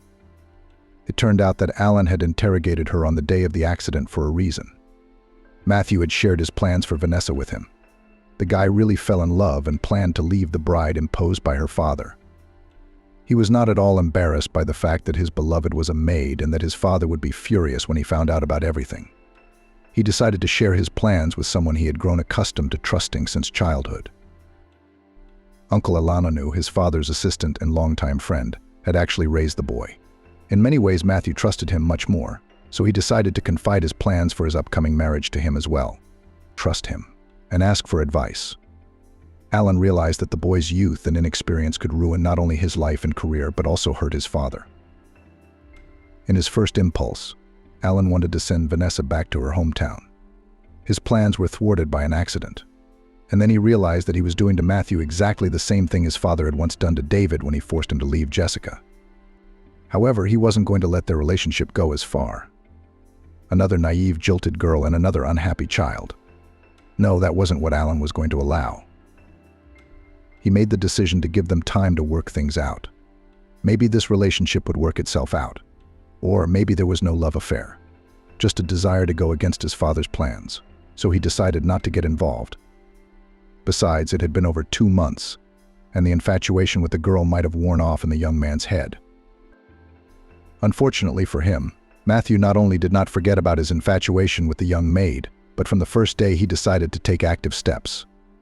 And the first step was a huge bouquet, which Vanessa found under her door the next morning. There was no envelope with an indication of the giver, but it was not required. There were, and could be, no options. Vanessa decided to nip his advances in the bud. Entering the young man's room, she caught him warming up. After a month of forced bed rest and recovery from fractures, the guy decided to make up for lost time. His leg was still in a cast after a bad fracture, but he had already asked to have arm exercisers installed in the room. The moment Vanessa walked in, he was working out while listening to music through headphones. He couldn't hear her enter, and she froze, seeing him so perfect, so athletic. Apollo in a cast. Considering that she'd hardly had relationships or attention from guys before, she wanted to give in to his advances, if only for a short time, and then tell him everything, or silently disappear and live the rest of her life in happy memories. She must have been too deep in thought, because Matthew had noticed her presence and was saying something to her. I'm glad Vanessa seemed to have listened to the most important part of the conversation, considering how wide and happy the guy was smiling. I'm sorry, I was listening. What were you talking about? I was saying that I'm going to break up with her today and tell my dad. Tell him what? I guess I hit my head a little, Matthew joked. I couldn't help it, and I can hear you. I can't understand why you make decisions that affect me without asking my opinion. I thought you liked me too. There's a very, very, very big difference between liking you and running to the ends of the earth with you. But for example, you and I haven't met. I'm a maid. You're a millionaire's son. I'm a college graduate. You're a prestigious foreign university. You're rich and famous, I'm not. I wanted to finish, but she didn't dare. I don't see the problem. We've got plenty of time to get to know each other. How old are you? 19 soon. Great. Plenty of time to get a decent education. It's not like I'm dragging you to the wedding on your doorstep like Ciara and I did. Let's just be around each other and get to know each other. I like you a lot, and I can't believe you don't feel the same way about me. With those words, Matthew reached out his arms to her and gently pulled her to him. She should have resisted, should have turned away, should have pulled away and pushed him away. Great came a familiar voice. I'm gone for a couple weeks, and he's already smirking. With some girl. A furious Ciara stood in the doorway, glaring at the couple.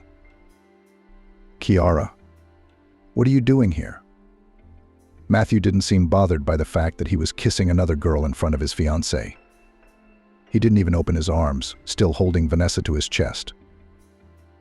The same ones you did. You're so shameless. Now let her go. I don't know who you're hugging. It would have been nice if she was a famous model. Stop, Ciara shouted, yanking Vanessa's arm away from Matthew. I can't believe it. The maid. What are you doing here anyway? You haven't changed a bit.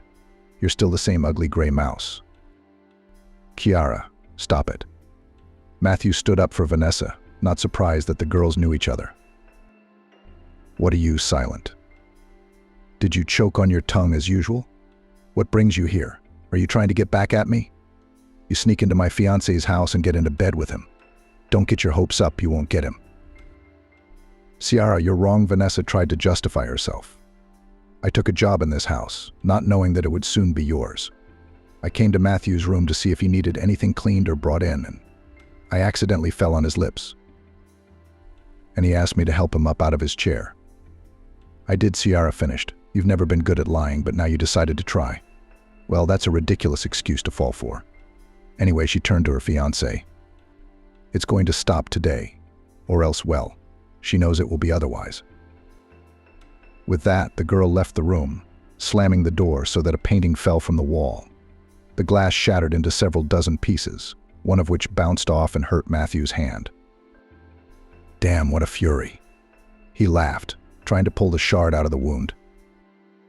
Let me help, Vanessa said on impulse. But after a couple of minutes, Vanessa regretted it, because she found herself pressed against the door. The young man, not waiting for her to object, kissed her. Her legs gave out and she would have fallen if he hadn't put his arms around her. Gathering her will in a fist, she managed to pull away and say, "Don't ever do that again." But you liked it, didn't you? The guy grinned and reached for her for another kiss. This time, Vanessa managed to dodge. "I have to clean this place up," she said, ducking out the door and trying to hide in her room as quickly as possible. After catching her breath, she went back to the kitchen, grabbed a dustpan and broom, and headed for Matthew's room. This time he was fully dressed and sitting in front of the TV. "Calm down? Let's continue. I'm here to clean up the glass," Vanessa said. "I hope you won't hurt your hand with anything else." "Not anymore. But you didn't remove that shard from me either. If you behave like this, it'll stay in your hand, and you'll let it," Matthew said mockingly. "And if it starts to get blood poisoning and I die without glory or honor?" The young man's voice was enveloping and made him think of anything but work. "No, I can't let David get blood poisoning," Vanessa said. "No, you can't. He was the only one with the right blood. He's had a lot of it pumped out of him." "That's right. That's the only thing worth living for. I'll appreciate him even more now. He's been my best and truest friend before, and now we're of the same blood." "You were the same blood before. No one else had such a rare bloodline. Not even your parents," Vanessa blurted out. She was about to bite her tongue off for that last sentence, because Matthew clung to her like a bulldog. "What's weird, your parents don't have a band like mine. I misspoke. And anyway, I have to go. Or you're not going anywhere until you explain what you meant." Matthew's tone went from playful to affectionate to categorical, unapologetic. "I didn't mean anything. Except that children most often inherit their parents' RH factor," Vanessa said hastily. "If I remember my biology course well, if a child has it negative, it means that he took it from his parents or one of them. So if my parents have it positive and I have it negative, I'm a foundling?" "No, why? Maybe your father's RH factor is positive. Usually children inherit it from their father. But I'm not sure, I don't know. We should go to the hospital," she suggested. The boy seemed to understand everything and began to reason out loud. "Alan's father is an acquaintance from childhood. They were friends. Alan devoted his whole life to sports, and his father went into business. When he was able to make good money, he invited Alan to become a personal security guard. Gradually, he took on other responsibilities such as running the house. Always together, always there for each other. Never a quarrel. And now Alan becomes the only suitable donor for me." "Well, maybe you don't know and someone else helped?" Vanessa suggested. "There are all sorts of reasons why a person can't be a donor illnesses. For example, maybe your mom with the same rhesus." Vanessa regretted 100 times that she had voiced her doubts aloud. "No, only Alan's," Matthew cut her off. He seemed oblivious to the fact that Vanessa was still in the room. He gestured toward the door, signaling that she should leave the room. He picked up the phone from the table and dialed a familiar number. "You can come to my room. It's an emergency," the guy shouted after he heard an attempted objection.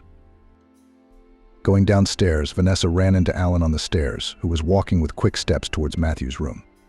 Finishing her business, the girl returned to her room and began packing. It was naive to believe that she was in a position to fight this. It had some incomprehensible magical power over her, making her lose her will and her mind. The consequences could be most unpredictable and terrible. So she should have left the house, returned to her own place, and thought about how to live further, how and what to earn money for. About demanding from her father financial help or his participation in her life. The girl did not even think about it. She wanted to forget this page of her life. No sooner had she packed her things than the phone rang. It was Alan. He asked her to come up to Matthew's room. His voice was calm but strange. "I told you not to go where you don't belong." Alan greeted her with those words as soon as she could enter. "Wait, don't scare her before she's ready. Maybe things can still work out very well." Matthew cheered up after talking to Alan, as if he had heard great news. "I don't understand what's going on," Vanessa said. "Alan, I wanted to ask you to pay me back. I can't stay here any longer. Of course, you've made a mess, and you're in the bushes. No, darling, you're not going to do it now." "No, dear, you're not going anywhere now," Alan grinned. Matthew tried to grab the girl's hand. The attempt, however, was unsuccessful. and he fell back onto the bed where he had been sitting. Vanessa instinctively rushed over to him for support. "I told you she loves me too," Matthew laughed, standing up easily and hugging the girl. I see that history is repeating itself again. And your father will not be happy about this news." Alan shook his head. "Not to mention your fiancée and her father." "My fiancée is in front of you," Matthew objected. "Will someone please explain to me what's even going on here?" Vanessa pulled out of Matthew's embrace. She looked from one to the other, trying to figure out what they were hiding. "Alan, tell me. She knows half of this terrible secret anyway. Besides, she thinks she's in love with her brother. And don't argue, I can see that you like me," the guy said when the girl tried to get indignant. "Judy, sit down." "This is going to be a long conversation," Alan said. "David and I grew up in the same neighborhood. Ever since kindergarten, we've done every mischief together. Never fought. Always helping each other out. We lived like that for almost 10 years until a military family moved in next door. The incoming officer and his wife had a beautiful daughter, Addison. As you can imagine, that's Matthew's mom. We were both crazy about her, chasing her around like puppies. And we weren't the only ones. She was the star of the school within a year. Nobody even noticed her at first. And then we graduated and moved away. And we met at the New Year's Eve ball at school, not knowing what David had charmed her with. We had an affair. But I didn't want to give up either, even though I couldn't stand in the way of their happiness. So I finally confessed everything to her and gave her a choice." "She chose David?" Vanessa asked. "No, she did what a real woman would do. She stayed with one man and got pregnant by another," Matthew said angrily. "Don't you dare say that. It's your mother." Alan almost punched the young man in the face. "Matthew, stop it." "Alan, what happened next? Tell me." As crude as it sounds, Matthew expressed the essence of what happened, Alan said. "She did choose David, and she gave me a generous gift that I couldn't have hoped for on the last night. Who would have thought that was the night she'd get pregnant?" "Yeah. So that's why you have the same blood type?" Vanessa guessed. "Yeah, I've suspected that for a long time," Matthew said. "I look a lot like you. The same habits. My father and I were always like strangers." "When did you find out that Addison's baby was your son?" "When she and David set a wedding date, I decided to leave. Stay out of the way. I signed a contract and joined the army. Came back almost 6 years after I was wounded. No family, no money. David found me and invited me to stay with him. The first time I saw Matthew, I knew he was my son. I don't know how the others didn't see it. That's around the time David met Jessica. I thought to myself, this is my chance. Jessica's going to leave, and I'm going to marry Addison. And we'll all be happy," Alan said. "Yeah, happy," Matthew queried. "Did you forget that in the world of money, no one's happy?" "Yeah, you're right. And Addison had made it clear to me that she didn't want me. To be honest, I'd grown cold to her during the separation. So I helped David cover up the whole Jessica thing. I bought her an apartment while I looked after her." "You fell in love?" Vanessa asked. "You sure did. We even have the same taste in women. Only Jessica remained faithful to her first, and only loved for the rest of her life." "Yeah, Mom never looked at another man after that," Matthew confirmed. "Well, it was a story that was gradually forgotten. David took his family abroad. I went with them. I lived in 2 countries. And when Jessica was gone, I decided to move Vanessa closer to me so I could keep an eye on her. Addison and his son decided to come back to America too," Vanessa guessed. "And then you know the rest, my friends. I don't know how you fell in love, but this guy interrogated me today. I had to come clean." "So you're Matthew's father?" Vanessa asked. "Does David know?" "No, I don't think so. Anyway, we've never talked about it." "Yeah, it's a real passion," Vanessa shook her head. "It's like a movie." "It's better than that," Matthew grinned. "Now, I don't know if my alleged father will send me away and bequeath all his millions to you." "Matthew, stop it. It's not funny." "That's not funny. It's only fair, really. And I won't have to marry you or your daughter. I mean, he doesn't need me to make family connections with his business partners. Hey, I'm a good sport about this. Hey, I'm a good sport about this. You're going to be a rich heiress, and I'm going to get you again. Then I'll have the money again. Matthew seemed to be enjoying the situation. I wouldn't be so happy if I were you, Vanessa said. I think we should keep it a secret. At least for now, Alan said. I mean, Dad, are you crazy? Where's the secrecy going to go from here? So for a quarter of a century, everyone was silent. And it's not like David hadn't guessed anything. I suggest we get everyone together at the family council and confess everything. Have a night of revelations, Matthew suggested. It turns out that both parents were dishonest, both cheated and both had children on the side. Yourself? Alan questioned. But in fact, I'm an illegitimate child too. I'm not sure everyone will be as thrilled, Vanessa replied. I'm sure we can't keep quiet, Matthew insisted. Let's do it this way. I'll tell David myself. And then we'll think about it. The three of them went about their business. And not knowing that the capricious and resentful Ciara had already complained to her father about her fiancé Matthew. The man had never been known for his gentle nature, being resentful and suspicious. The fact that his potential partner couldn't keep his son in line meant that he would be just as soft in business, and he didn't want to do business with such people. By the time Alan had persuaded Matthew and Vanessa to keep quiet and not tell anyone what they'd learned, Ciara's father had already ordered the withdrawal of his investments in all of David's projects. Breaking up the deals threatened to lose large sums of money. Not getting a clear answer from his subordinates, David went home in a frenzy to seek an answer from his son. And the first person he saw in Matthew's room was his newfound daughter Vanessa in his son's arms. "How dare you?" David screamed at Vanessa. "Did you purposely show up to destroy my family? I will crush you to dust." "And you, puppy," he said to Matthew, "get dressed immediately and go to your fiancée. I don't care how, but you will beg her forgiveness. You'll restore the engagement. Her father will get his money back, invested in my business. And I'll deal with you later," he said to Vanessa. "I wouldn't be in such a hurry," Matthew replied. "Besides, you can't tell me what to do. I'm not even your subordinate, let alone anything more." "What did you say?" David was outraged. "I'll take everything away from you. You'll forget what expensive cars and resorts look like, where you used to spend my money." "I'm scared," Matthew replied calmly. "I'm already educated. Thank you, I'm sure, but you can't take it away. But you can't take it away from me. I'll take care of the rest." "You've never earned a penny in your life. You've never earned a penny in your life. Now you're showing a little attitude," David continued to shout. "I'm a grown man.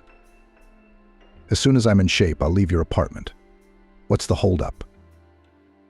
I can have the room today. I think it's rightfully yours for your child to occupy." "Yes, Dad," Matthew said calmly. "Or did you think that your little secret of having a daughter out of wedlock would remain a secret?" David turned pale and sat back in his chair. He seemed suddenly short of breath. "What makes you think that?" he hissed. "Oh, don't say that. I have the courage to confess. And bonus, you get one more little secret. But just in case you think I'm hugging my own sister, Matthew." "What are you talking about?" David shook his head. "Yeah, so he didn't know. Well, Alan wanted to tell you, but I beat him to it." "Tell me what? Dad, have you known this your whole life?" Matthew stared at his father. "Didn't you ever see anything in me in common with him? Even I had my doubts as a child, when he and I had common tastes and interests." "That's impossible. Addison was faithful to me," David said stubbornly. "By and large, yes. They had a little adventure with your friend before you got married. That's why he moved away, so that he wouldn't interfere with your happiness." "You're wrong about what? That I'm his son?" Matthew asked. "I assure you I only found out today. Or rather, I guessed it, thanks to your clever and attentive daughter Vanessa." It was in her bright head came the idea that the parents with a positive Rh factor, having the second type of blood, cannot have a child with the fourth negative. Genetics is a scary, stubborn, and surprisingly accurate in such matters. I checked. Vanessa was right. The fact that Alan was the only suitable donor only made her suspicious. "And you should have warned us all," Matthew continued wryly. "Why? Because you should have been in school, not skipping classes." Vanessa looked at Matthew and couldn't believe her own eyes. In just one morning, he had gone from a sweet and handsome boy to a tough and sarcastic one. He seemed to enjoy seeing the effect his words had on David. Meanwhile, the man was getting worse as he unbuttoned his shirt collar and loosened the knot of his tie. From the change in his complexion, his condition was alarming. "Matthew, stop it," Vanessa exclaimed. "You can see he needs help." Grabbing the phone, she called an ambulance. Then she called Alan and David's driver. Together, they managed to carefully take the man downstairs to the exit, where the ambulance was already arriving. The girl decided to accompany her newfound father to the hospital. She instructed Alan to talk to Matthew so he wouldn't do anything stupid again. David was taken to the hospital just in time. On the background of high blood pressure and stress, he had a stroke. Fortunately, there were doctors nearby, which meant that it was hoped that the consequences would not be so devastating. The man stayed in hospital for about 2 weeks, after which there was a long period of rehabilitation. Vanessa lived between the hospital and home. Even though her father had received excellent care at the expensive hospital, she was terrified to even imagine that she could lose her last loved one, barely finding him. She'd only crossed paths with Matthew a couple times in all this time. He, too, seemed to have lost interest in her. As soon as the cast was removed from her leg, Matthew moved out of the house without telling her where he was going. Before he left, he contacted his mother, who was in Los Angeles, and warned her that she shouldn't show up at their new home yet, for her father had found out her little secret. "Don't feel bad about it," Addison replied. "He has one of his own." Suddenly, his illegitimate daughter, Ciara, had turned up and was now staying in his bed. He's probably already made her his sole heir. "So you have no business in LA," Matthew said sharply. "What daughter? What are you talking about?" "Matthew, your life with him has never been perfect," Addison replied. "So I don't think you're surprised by this news. Besides, he's a man, and men have a tendency to have affairs on the side. At least, I understand him. Besides, it's not your place to complain about him." "Hisham, how's he doing?" "He'll live. They got him to the hospital on time, and he's got the best doctors in the world." "Have you been to see him?" "No, why?" "As it turns out, I'm nothing to him now." "He raised you? Even if you didn't know he wasn't your father, he put all his heart, soul, love, and a lot of money into you." "Is that what you're saying?" "That too. How can you be so callous?" "I'm not callous. I'm sober. There's no point in me staying there now, which is why I'm calling you so you don't accidentally show up. I'm on the next flight out. It's a shame your health and the lives of your family don't mean anything to you. I'm sorry. In spite of everything, your father and I have been together for over 20 years. It's up to you. Don't be surprised to find a new mistress at home. Let me handle this." The next day, the woman was in New York. She decided to come home later and went to the hospital right after the airport. Her husband's condition was indeed quite satisfactory. Still, a healthy and fairly young body was able to cope with such a test. In the corridor, Addison met Vanessa. Surprisingly, the girl seemed completely different from how her son had presented her. Even though they had a romantic relationship looming, David was resting after his treatments, so the woman decided to ask Vanessa about him. Vanessa talked about David's well-being and the doctor's prognosis. Somehow, imperceptibly, the conversation turned to who Vanessa really was. The girl told how she herself had found out that her master was her father. How Matthew had guessed that Alan was his father. In fact, they hadn't noticed how they had talked for hours, sitting in the quiet hospital cafe. After talking to the girl, Addison went to her husband's room and Vanessa went home. She was to give the order to prepare a room for the mistress. Lately, she had taken over the housekeeper's duties and was doing a fine job with them. Alan was away on a business trip. Addison came home in the evening and was pleasantly surprised to see that they had prepared for her arrival. She said that they had discussed things with her husband calmly without mutual complaints or recriminations. In the end, they came to the conclusion that they would keep the family together, because many years had passed since their transgressions. Matthew David promised to help with his own business. and Vanessa to send to study. Now it was their mutual children. Besides, Vanessa had no one else but them. Sometimes life presents us with serious tests of willpower, kindness, loyalty, humanity. It is important not only to deal with the problem, but also to understand and learn the lesson. And the most important thing is to remain human in any situation. Vanessa was lucky. Life compensated her for the most difficult loss with several new acquisitions: family, prospects, opportunities, study. And although no one and nothing could replace her mother, now she could rely on her father.